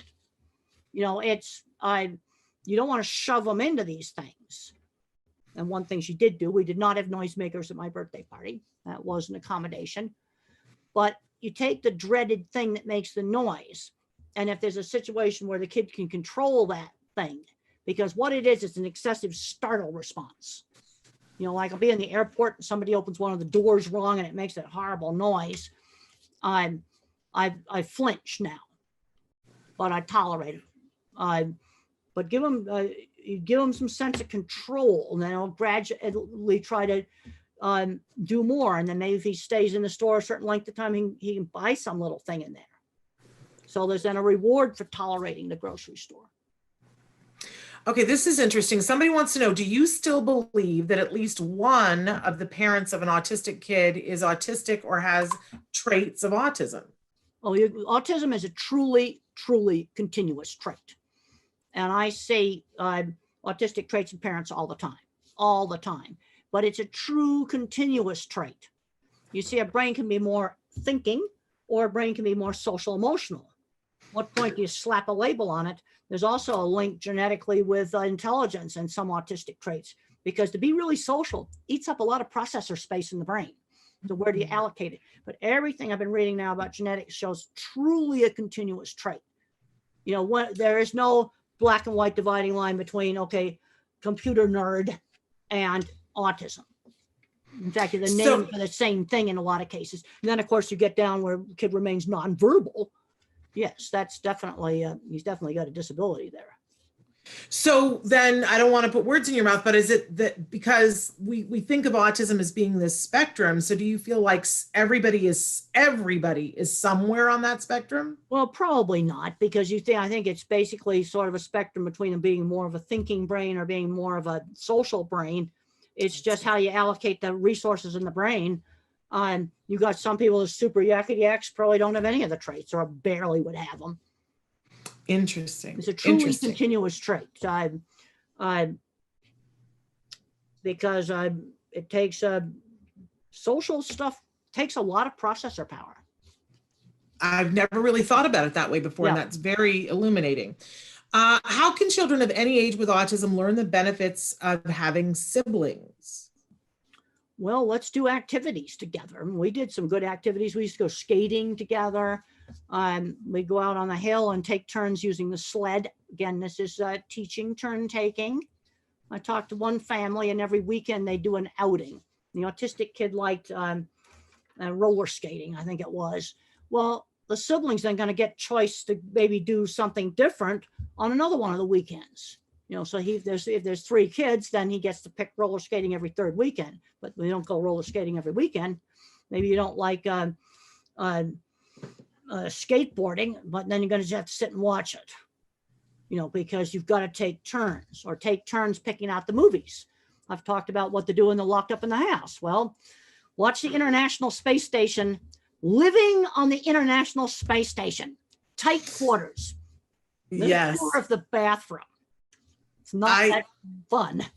You got me hooked now on there, because there's a website, you guys, where you can go and it's Life on the International Space Station, and they have videos that are just for kids, but they're great for everyone. And you got me hooked on it because you were describing for me the one where they were making the peanut butter sandwich.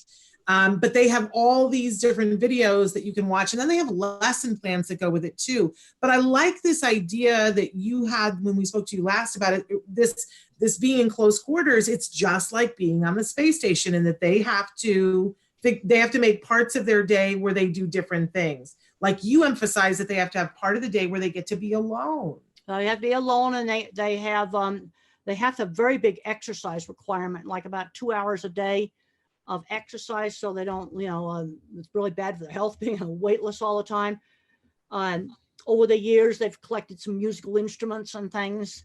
They have time to do hobbies. But one thing they have, and I've actually got sent a schedule of the astronaut schedule on the space station. They have what's called the midday meal, where everybody is going to eat together, and that's scheduled.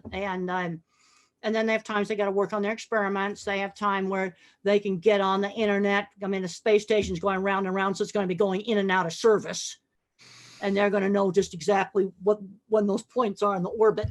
That's the time to do a video call real fast. Just like cell phones go in and out of service on the road, space station's going to go in and out of service as it goes around. Yeah, that's fascinating. Somebody says, thank you for being a role model for my daughter. She stopped violin practice today to watch this. She said that she is a lot like you were when you were little. Is it ever hard for you, Temple, that you are such a role model, especially to everybody, but especially to girls on the spectrum? Do you ever feel like you have a lot to live up to? Well, I feel it's a responsibility. I've had people ask that. I've always got to behave myself. It's a responsibility. And I've got to take that responsibility really seriously. Absolutely. They're wanting to know what you're enjoying in your free time right now. Like, what's your favorite free time thing to do? Well, I've watched some of the episodes of the new Jean-Luc Picard Star Trek show. Now they're just getting involved with the Borg right now. I've always been a Star Trek fan. Also love to read my science magazines and business magazines. I was reading those this morning, read a really sad story about the flower industry. Since all the weddings are canceled, they've just had to destroy all the flowers. It was the saddest thing. And I read that this morning in Business Week, and very sad. It's so interesting how interconnected so many things are. And when you pull, a rather large thing out, like people going out in public, I hadn't thought about that. I hadn't thought about the flower industry and those poor people who make their living, because I'm sure that their sales have just gone right through the floor. Well, they had to chop them up and take them to the dump, is what or to the compost pile. Really, really sad. And then other things in supply chain, meat plants getting infected, warehouses getting infected. Some places do a better job of controlling it than others. And one of the things that's been a very effective method for like places where you have people grouped together on not getting sick is if you're sick, they pay you not to come to work. Yes. That will drastically reduce the infection rate of some of these really important things that we have in the supply chain. Yeah, I've been watching as they've been showing that some of these meat packing plants are closing, and with the one where they said they'd had over 600 people diagnosed positive with COVID. And I'm in that industry. I can't mention any names. I'm not going to mention any names, but basically I have been watching the figures on meat plants, also on all the supply chain things. I've been looking up the figures. And what I have found is when you pay people to stay home when they're sick, that will drastically reduce the infection rate. There you go. In these super critical things in supply chain. And then things like the poor flower industry, which was definitely considered the saddest thing. They had to throw away their entire crop, lay their people off. Really, really sad. Well, and of course, we're seeing that the pictures that they were showing of the farmers having to dump all their produce too, It's terrible. and throw it under. Horrible, because there are, we know that there are going to be some shortages, and people who can't are pressed. I Well, won't let say me that just they can't explain afford a few things about Yeah. that. Horrible. I saw the pictures of milk tankers dumping in the field. I saw that. Vegetable crops being plowed under. I've seen all of that. Okay, what happened? Let me just explain some things about supply chains. So I am in the food industry. Where the restaurants shut down, then there's a huge amount of milk that they no longer need. And a lot of that went to restaurants. And the way the supply chains work is you have giant warehouses. Okay, imagine Amazon, but it's food. It's food, all food. Big, huge, gigantic warehouse for food. I've been in it. Yeah. I've been in the biggest one there is that distributes to what they call food service and institutional. In other words, that goes to cafeterias, it goes to restaurants. So that supply chain is set up, and I've got a no name policy on this. Sure, absolutely. You'll see their trucks. They have big trucks that bring the stuff into supermarkets, bring it into restaurants. So when the restaurant business fell, okay, now this supply chain set up to bring truckloads in to the back side of restaurants of supplies. Now, in order to, now the soup kitchens were screaming for food right now at this point. Yes. And so they really, really needed it. So we'd have to figure out some way to get that big distribution warehouse for the food service. We need to make, like pandemic planning now. Now, unfortunately, we've learned this the hard way, so that they can then divert that to food kitchens. Now, the problem you've got with the milk is that's unpasteurized product. You can't just sell that unless you want to get brucellosis and tuberculosis. I don't think you want that. That's the reason why you pasteurize milk. And if you want to drink raw milk, you better have a dairy that's very super good biosecurity. So you can't keep those diseases out. But you see then what happened when that supply chain shut down, then the milk processing plant couldn't process the milk. See, that's the problem that happened. And so let's say we have something happen again when restaurants are shut down, then you're going to immediately have to have another supply chain where that truck, instead of going to the back ends of restaurants, is going to go to the back end of the food kitchen. Yeah. But the supply chains weren't set up, and so the system just jammed. There was a learning thing there. No, I thought it was horrible. I saw that. Terrible. Just yes, absolutely horrible. I don't know. Here in Los Angeles, what they did was, because we have a huge school program through LAUSD where a lot of kids get fed through the schools. And when the schools closed, what they did was they took that entire operation and began feeding anyone. That if anybody is hungry, there's 2 times a day where they can go to all these schools all over LAUSD and they can eat, which you set up those supply chains. Yep. Then the big food service warehouse, gigantic warehouse, then just puts it into that supply chain. Yeah. You see, what happened is the thing cut off. Okay, the cows are going to still keep milking. Yeah. And then to figure out what we need to be doing for emergency planning now is figuring out how to divert that supply chain. But it took a while for the schools to figure out that they need to. We need you in charge of the food chain. That's what we need. I see it. I know you see it. I've been in all these places. I know how these supply chains work. I've been in these big food distribution warehouses. I've been there. Well, I remember when the whole thing happened with the nuclear power plant in Japan. And I heard an interview with you right afterwards, and you said, if an autistic person had designed that nuclear power plant, it would never have been flooded. You said you took one look at it and at the plans, and that you could tell why the water came in. And I remember thinking, why don't we should have somebody who has the way that you think on every single team so that we can see around. Well, that's why you need the different kinds of minds. You see, what I've learned about the mathematical mind, they calculate risk. They didn't see the water filling up the basement and drowning the electric pump that cools it. And when I was young, I used to say they were stupid. It's not stupidity. The mathematical mind just doesn't see the water filling up the basement. I see the water flooding the site, the doors bust open, because they're not going to be able to withstand that water pressure. And 2 seconds later, the basement's flooded and the equipment's drowned, and the generators that run it are drowned. Yes. Well, that's why you're right. That's why we need all the different kinds of minds. And now I'm going to ask you to tell us about your book, The Autistic Brain. Do you have that one sitting there? No, I actually don't have that one sitting there, but I could probably run and grab it real quick. Want me to do that? No. Okay.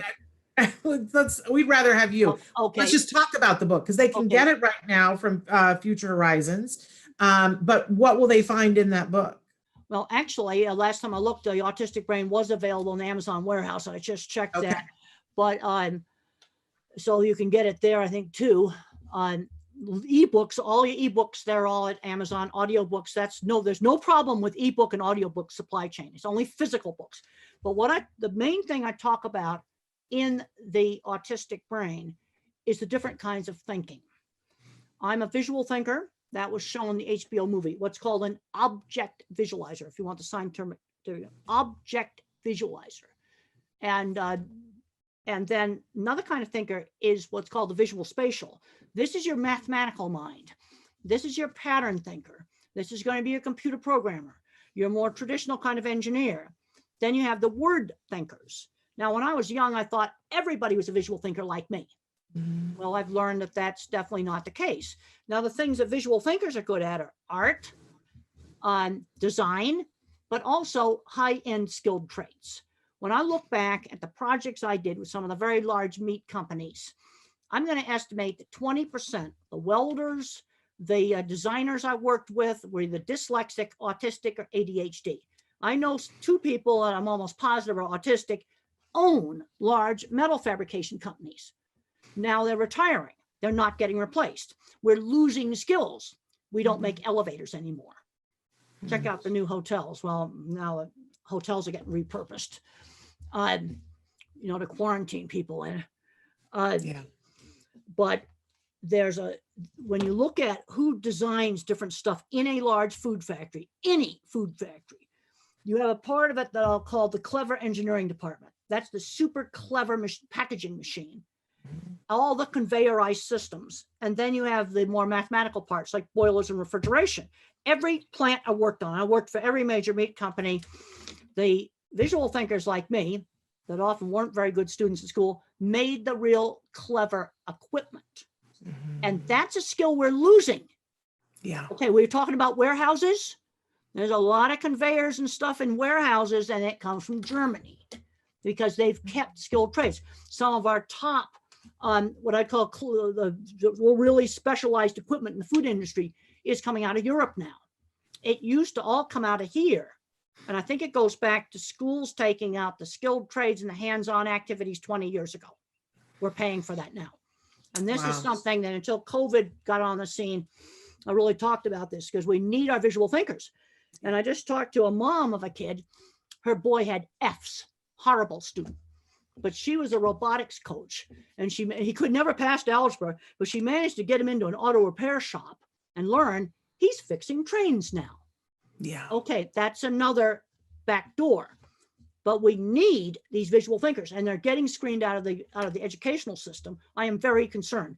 And in my book, The Autistic Brain, I give you the science for that.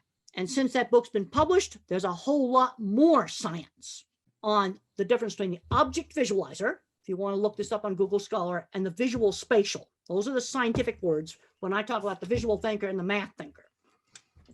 So that's the main thing in that book. And we need our visual thinkers because things like this horrible thing like dumping the milk, well, this is the sort of thing visual thinkers can help you solve that because I actually see the supply chain. Yeah. Okay, the milk processing plant tanks are full, so they turn away the deliveries. Then they have to dump them. Okay, so you've got to get the whole supply chain working. Then the schools. It took the schools a while to figure out they could be feeding centers. Now we know that. Now we can take those same trucks and instead of delivering to restaurants, they can deliver to schools. Yeah, we can just reverse that supply chain. But the problem is there's a very high volume supply chain, and if you don't make the plans up front, we need to be solving this problem. Hey, have you ever been to my son does competitive robotics. Have you ever been to one of those robotics tournaments where the robots? I've seen them on TV. And oh, sometime I got to get you to come with me to one of them. He was supposed to, his robot had, his team's robot had won, and they were supposed to go to the championship in Houston, but that was supposed to happen last week and it all got canceled. But sometime I'm going to tell you where they are so that you can go to one with us. It's so much fun. Well, but Temple, robotics is the kind of things that can get that kid. See, when you look at the robotics, there's two parts of the robot. There's the mechanical engineering part, that's the visual thinking part. Exactly. And there's the programming, which is the more mathematical part. I'd work on the mechanical part of the robot. Exactly, which is what my son does. Temple, I'm realizing we're past the hour mark. Now we are going to continue on with the show, and you're welcome to stay with us if you want to stay. There are more questions. I can stay for another 10 minutes, and then I'm going to have to go. Okay, great. So another question here. My son does not speak and was diagnosed with autism when he was 1.8 years. He's now 5.5 years. What can we do to make him speak? We feel that he understands, takes us to what he wants, points finger, murmurs some voices, kind words, but doesn't speak. What can be done? Please doesn't advise. Speak at all. At all. Okay. Well, there's kids that can't speak. He's got to have a way to communication. There's the various electronic devices, picture boards, picture exchange. Some people are using sign language, but we got to give them a way to communicate. And then if a kid has any speech at all, you always want to encourage him to use his words. Let's say he wants a juice. You say, use your words, but you got to give them time to respond. These kids are like a slow internet connection. They take time to respond. And then there's some that are not going to talk. Some of these kids can just learn to type. With something as simple as a text messaging program on an iPad. I think the phones are too small for kids, but you could just use a tablet computer with a text messaging and put it in airplane mode so they can't send anything. And some can just learn to type on that. Absolutely. And that's what Carly, there's another book written by a nonverbal named Carly's Voice. It's another book, Carly's Voice. Carly Fleischman, yes. Carly Fleischman. And she just learned, she types very slowly, but she types independently. That a text messaging program, that's something that costs nothing. But I would recommend a larger device than a phone. Yeah, Carly, for those of you who don't know, Carly, when she was very young, they didn't think she even understood the alphabet. She didn't understand the concept of one as far as they were concerned. And when she was 13 years old, she took a computer from one of her caregivers. And this is like having never communicated in any way. She typed out, "My teeth hurt, please help me." So she clearly had been understanding some things and just didn't have a way to communicate. And then of course they gave her a keyboard and she's brilliant. Brilliant. She's the one who interviewed Channing Tatum a while back, you guys. That's the thing that some of these kids can learn how to type. And same thing with Tito. Now he types very fast and then he gets up and he runs around and flaps and then he has to rest a little bit because it takes tremendous, both Carly and Tito talk about tremendous effort is required to concentrate to do their typing. Absolutely. I want to talk a little bit about friendship. We have a lot of people writing in about friendships and relationships. Somebody says, I have a 17-year-old that doesn't have friends outside of school or sports, not sure what to do. What advice do you have? And other people asking if you would tell a little bit about what friendships have been like for you and have meant for you in your lifetime. Well, when I was in high school, I got a lot of bullying and teasing where I had friends who shared interests. And they were horses, model rockets, and electronics. And to get friends outside of school, let's get involved in something where there's a shared interest. One innovative teacher started a Star Wars club in her school. And for the autistic kid, friends who shared interests, find stuff that you like to do together with other people. A lot of my friends, they're in the autism field, they're in animal behavior. They were construction people. We used to love to just sit around and talk about how to build stuff. We also like to talk about how stupid the suits were too. So similar interests. Yeah, similar interests. Wonderful. I think we talked about this last time, that there was a great study years ago that came out of Santa Barbara talking about bullying, and that that when you have friends, you're more bully proof. and that one thing that a parent can do is facilitate a club at your child's school that's something that they're interested in. So if they're interested in a particular video game, that make a club about that. And or if they're, and that then they make friends. I also, I don't know if you know the Peers program, Temple. There's a great program out of UCLA that's called the Peers program. And it's simultaneous tracks where the parents are taking a track on how to support their kid being friends and social so that it helps them to realize when they're making a mistake. And then the kids are taking a track at the same time.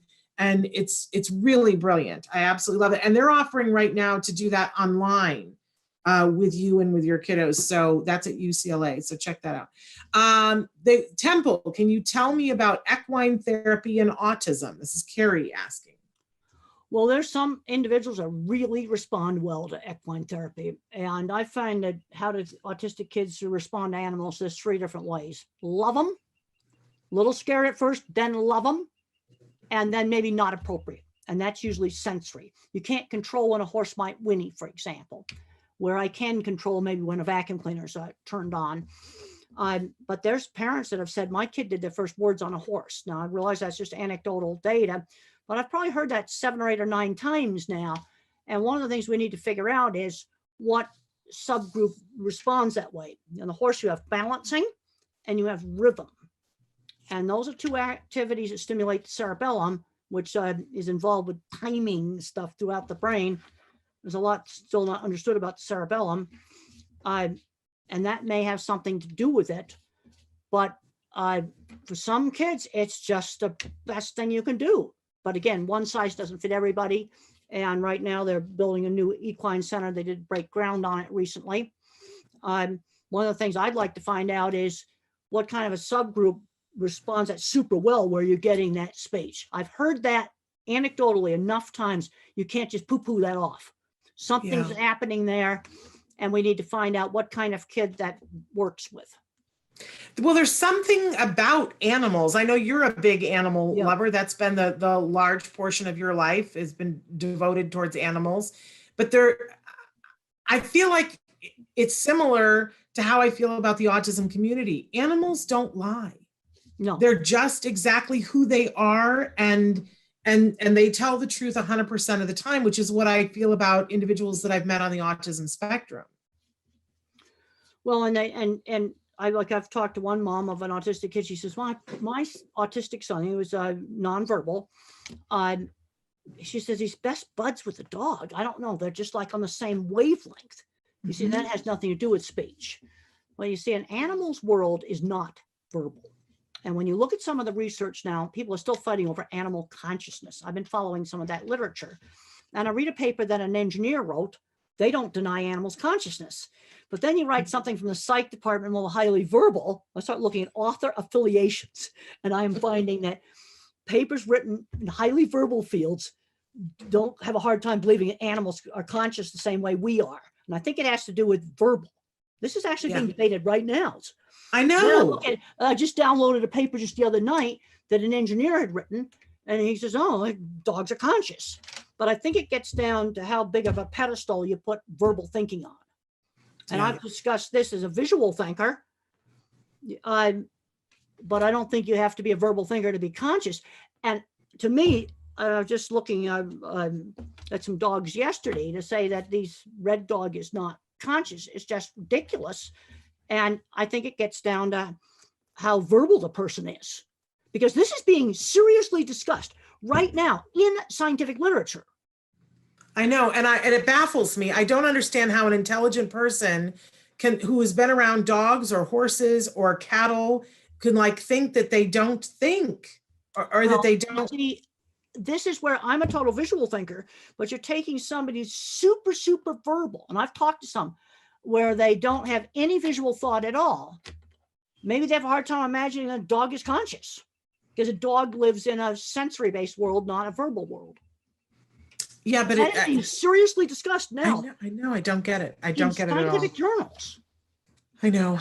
I don't understand it. Okay.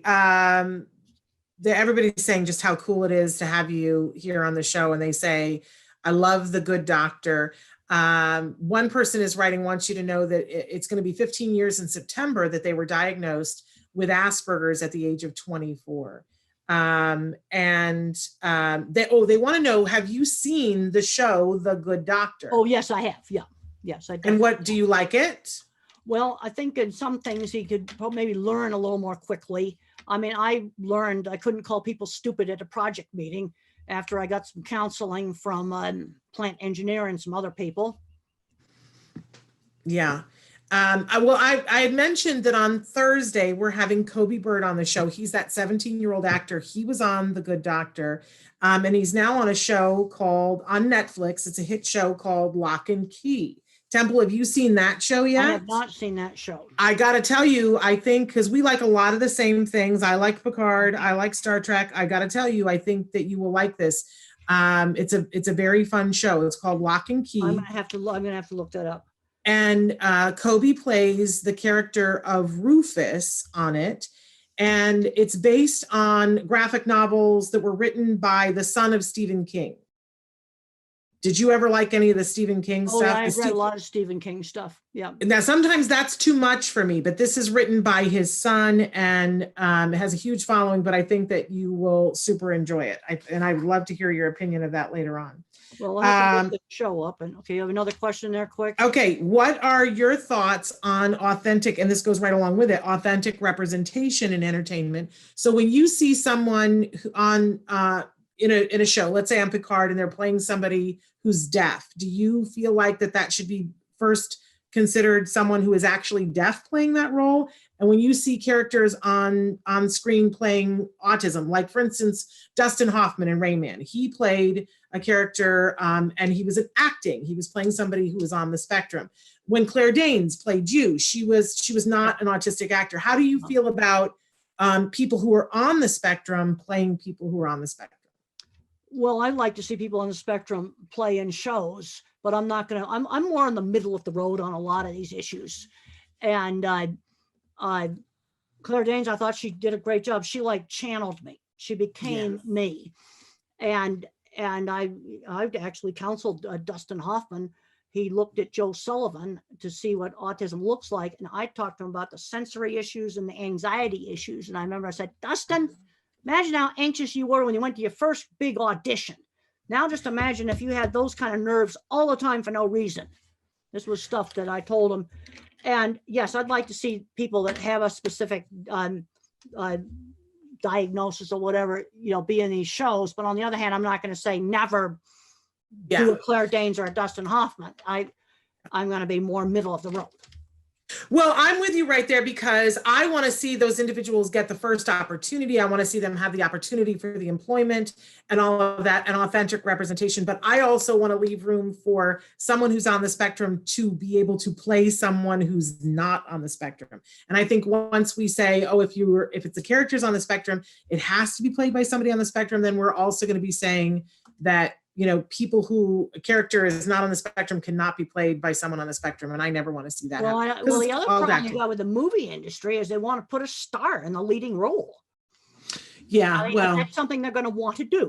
So it's going to be a lot easier to bring them into a supporting role.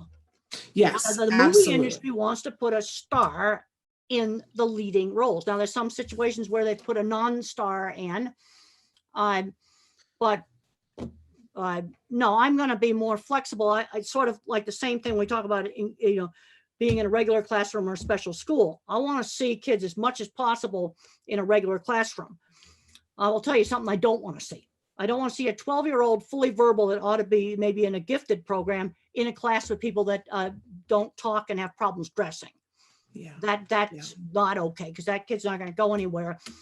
But I want to do inclusion just as much as we practically can do it.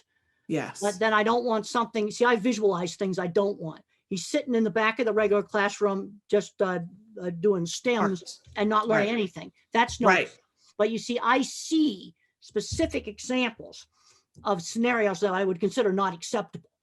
Yeah. Well, Temple, I've kept you way longer than I said that I was going to keep you. And I know that you've got other things to do today, but can I just tell you how much we appreciate you and how much we adore you and how how much we really, how meaningful it is to get to spend this time with you. It's just so Well, it's been wonderful. really good to be here, and thank you so much. All right, and let's go to a robotics tournament. Let's go back to Houston to a robotics tournament, I think that would be and we'll great. see NASA again. I'd like to do that. Okay, great. All right. I think All I'm going right. to keep the meeting now. Okay, goodbye. Thank you. Bye, All right, Temple. bye. I'm going to stay here with you guys. Bye-bye, Okay, Temple. all right. Bye-bye.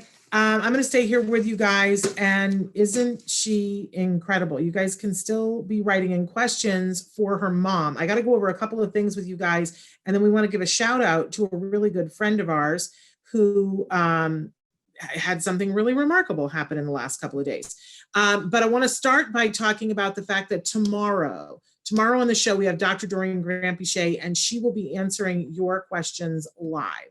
And so you can be writing those questions in during that show or during now, whatever you'd like to do. But then on Thursday, we're going to have Kobe Bird here, and he's the young actor that I've been telling you guys about. We first had Kobe on the show Autism Live when he was an actor, and he was doing a project with the Miracle Project. And he came on, and I remember just being so, I fell in love with him. And I hadn't met his wonderful mother yet, but I just thought that he was the cat's pajamas, you know what I'm saying? And he was funny, and he was fabulous. And I'm sorry, I'm trying to look up something at the same time. But then Kobe, we had him back on the show because he did something called, I think it's called Broadway Dreams. And he was one of a very few number of actors across the country who were chosen to go to New York to be in a showcase in New York. And so he came back on the show to talk about that. And by that point, I'd become friends with his mom, and he had become friends with my son, and he's such a good friend. And then, it was like, look at Kobe. He's already going to be doing something in New York City. And then it was like we snapped our fingers. I know it wasn't like this for him at all. It was a lot of hard work, but he had a role on Speechless. Then he was given a bigger role on The Good Doctor. And now he is this wonderful Rufus on Lock and Key. If you guys haven't seen Lock and Key, you need to go and watch it because there will be spoiler alerts. And I don't want to be spoiling it for anybody. So go and watch you some Lock and Key. Now, if you watch the show compulsively, you know that we did this series on card heroes, and we were talking to one of our card heroes, and we were asking, what do you do to de-stress? And she said, I watch Netflix. And I said, okay, I'm just curious, what are you watching on Netflix? She goes, oh, it's a show, Lock and Key. It's so good. And my head exploded, and I was like, no, isn't it the best thing? And did you know the Kobe Bird? And, he's been on Autism Live before. We love him. And that was why I was like, oh, we got to have Kobe on to talk about this. So we're going to talk about all of that and ever so much more with Kobe on Thursday. And then on Friday, it's Let's Talk Autism with Shannon and Nancy, and we're having Eustacia Cutler. So that is Temple Grandin's mom, and you can be asking questions of her, but I got to have the questions today because a little bit later on this afternoon, I'm going to be going over the questions with her, and we're only going to pick a handful of questions because we're working on something bigger for you. Yes, I said it. We're working on something bigger because she would like to answer all the questions you guys have. It's just that we can't do that in a very short period of time. So all those things, but we want to give a big shout out this morning to the fabulous Christina Adams. She has been a semi-regular on the show. In fact, we feature a segment with her that is called Autism and Beyond. And Christina came into my life first because I read her book. Her first book was called A Real Boy, and it was a real game changer for me. It spurred me to do a lot of what we did with our son. And I carried that book with me everywhere. I had to go buy several more copies of it because first I wanted to keep the war-torn copy that was given to me, by the way, by Logan Shepard's mother. Let's give a shout out to Logan as well. And if you haven't watched his newest video, you should go watch Logan Shepard's. But Logan's mom gave me her copy of A Real Boy, and it became my everything, right? I never went anywhere without it. And I had to buy several more copies because I kept giving them every time I would meet an autism mom. That would be my gift to her, right? Because that's what Crystal did for me. Well, then we started having Christina on the show, and having her talk in one of the subjects that she's talked about a lot over the last few years is camel milk. She got very involved in camel milk for her son on the autism spectrum. And we kept saying, when are you going to write the book? When are you going to write the book? Finally, she wrote Camel Crazy, A Quest for Miracles in the Mysterious World of Camels. And that is out right now. It is an amazing book that you need to buy on Amazon or wherever you get your books. And recently, her book won an incredible award. It won the Nautilus Book Award. And so we just want to give a big shout out to her for that.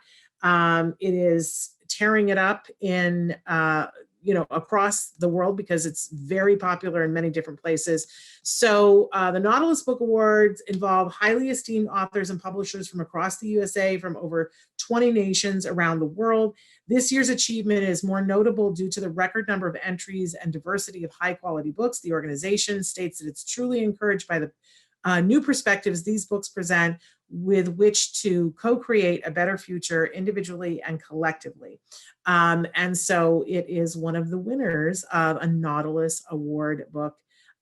So congratulations, Christina Adams. And we just want to do a big shout out, Camel Crazy. And the subtitle of the book is A Quest for Miracles in the Mysterious World of Camels. And congratulations to Christina. There is the book right there.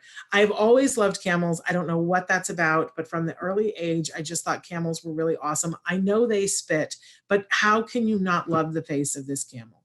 How could you not? So definitely check out this book. It's a great read and we love Christina. And honestly, it's a really cool thing. Okay, I'm checking time because we're like close to out of time. Traven, what do you think? We were going to do the jargon at the end of the show. We've got 5 minutes. Should we go ahead and go for the jargon of the day? Because this is what we usually do at the start of the show, but we didn't want to have you have to wait through jargon, and Temple needed to go early. So, okay, let's go for it. So, do something jargon of the day where we take on one phrase, one acronym, and we try to take on what it means. We give you the actual definition, then we give you a working definition after we make fun of the actual definition. So are you going to put it up on the screen for us here, Traven? So our term for today is functional pretend play. And I don't know, like the first time I heard that, I was like, functional pretend play. It sounds like you're trying to take play and make it boring, right? And you might see that there is the potential for that, right? But let's take a look at what our actual definition for functional pretend play is. Do you remember when we used to have toy stores? Because I'm going to talk about toy stores here in a second.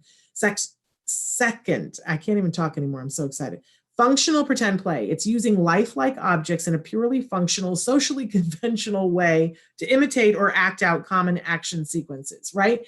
Yawn. How can we make play as boring as possible, right? But let's go on to our working definition here to see if we can get a better hold on this. So functional pretend play is playing with toys that are lifelike in a lifelike way. So remember when we used to have Toy Stories, I can't talk anymore, you guys, toy stores. And there were just aisles and aisles and aisles, and each aisle had a theme, right? There was the doll aisle, and then there was the Lego aisle, right? But there was that one aisle that I never found particularly fascinating, that it always kind of made me go, what's that aisle about? Where they would have the toy vacuum cleaners. And I remember going, why would anyone want to get a child a toy vacuum cleaner? It's like vacuuming is my least favorite thing in life. Why would I want to get a child a toy to play vacuum? It was because I wasn't in the know. I wasn't in the know that part of what, and we want to do this with all children, but especially our kiddos on the autism spectrum who need a little bit more help sometimes connecting one thing with another thing, right? And play is supposed to be the place that we can all fail and have it cost nothing, right? So we want kiddos to be thinking about what they're doing and what other people are doing, right? We want them to be able to perspective take. We want them to take on other roles. And the beginning of that is when we do functional pretend play. So when you get a kiddo a fake cash register, right, that looks like a cash register, but it's all plastic and you push the buttons and it goes ding, right? But it's not a big, expensive, heavy cash register, right? We now have a place for them to play and to fail and have it cost nothing. So we do want to have kids learn through example. So, dad is vacuuming. We want for, the child to have a play vacuum cleaner and to be able to vacuum right along next to dad. We get I love now the Melissa and Doug, they have all these food boxes that, there used to be those like horrible plastic food things, but I love the Melissa and Doug stuff because it has food and it comes with a plastic, well, it's a wooden play knife, and you can slice open the orange and then you can Velcro it back together and slice it open again. These are all great skills that we want our children to be working on. And we want for them to want to be able to imitate things that other people are doing. There is no better toy for our young developing children than something from that functional pretend play aisle, because we're going to take all the things that we do, like eating lunch, and we have the plastic or the wooden bread with the wooden, we featured some in our toy guide that are really good fabric, corduroy fabric. But and then you pretend to I'm eating, and that begins to teach a different kind of rule-oriented play for our children, helps with flexibility in their brains. So functional pretend play toys. We don't have that aisle in the store anymore, but you can still find them online. They're great, great toys and help with a whole lot of things. All right, we are just about to be out of time, but again, wasn't this a great show? I must say, I just so love getting to chat with Temple, and I love for you guys to get to see her live. Is there anything better than that? Don't forget, tomorrow, Ask Dr. Doreen with Dr. Doreen Granpeesheh. Get your questions answered. Thursday, Kobe Bird, wonderful, brilliant actor. And I'll tell you, you haven't even seen him sing. That boy is some talented sing, I tell you. So he's going to be with us from Lock and Key on Thursday. And then on Friday, Eustacia Cutler. And she is Temple Grandin's mom, and she's going to be answering a few of your questions. But she's going to be talking about the 4 things that we all need to know, that we all need to be teaching the people that we love on the autism spectrum and helping to support them with. She's also going to talk about the origins of the social aspect of autism. You're not going to want to miss it. And she's going to answer some questions, and we're going to tell you about how she wants to answer more of your questions. But write in questions for me right now, because those are the questions that we're going to pick from for Friday. And let me just say that next week is equally off the chain. Just off the chain, y'all. So we're going to finish April strong. And then we will continue on in May, because autism is not just 1 month out of the year, right? All right. I appreciate you all for being here with me and the excitement of all of this. And we will be back tomorrow. Until then, give your kiddos a hug from me and one for you too. Bye-bye for now.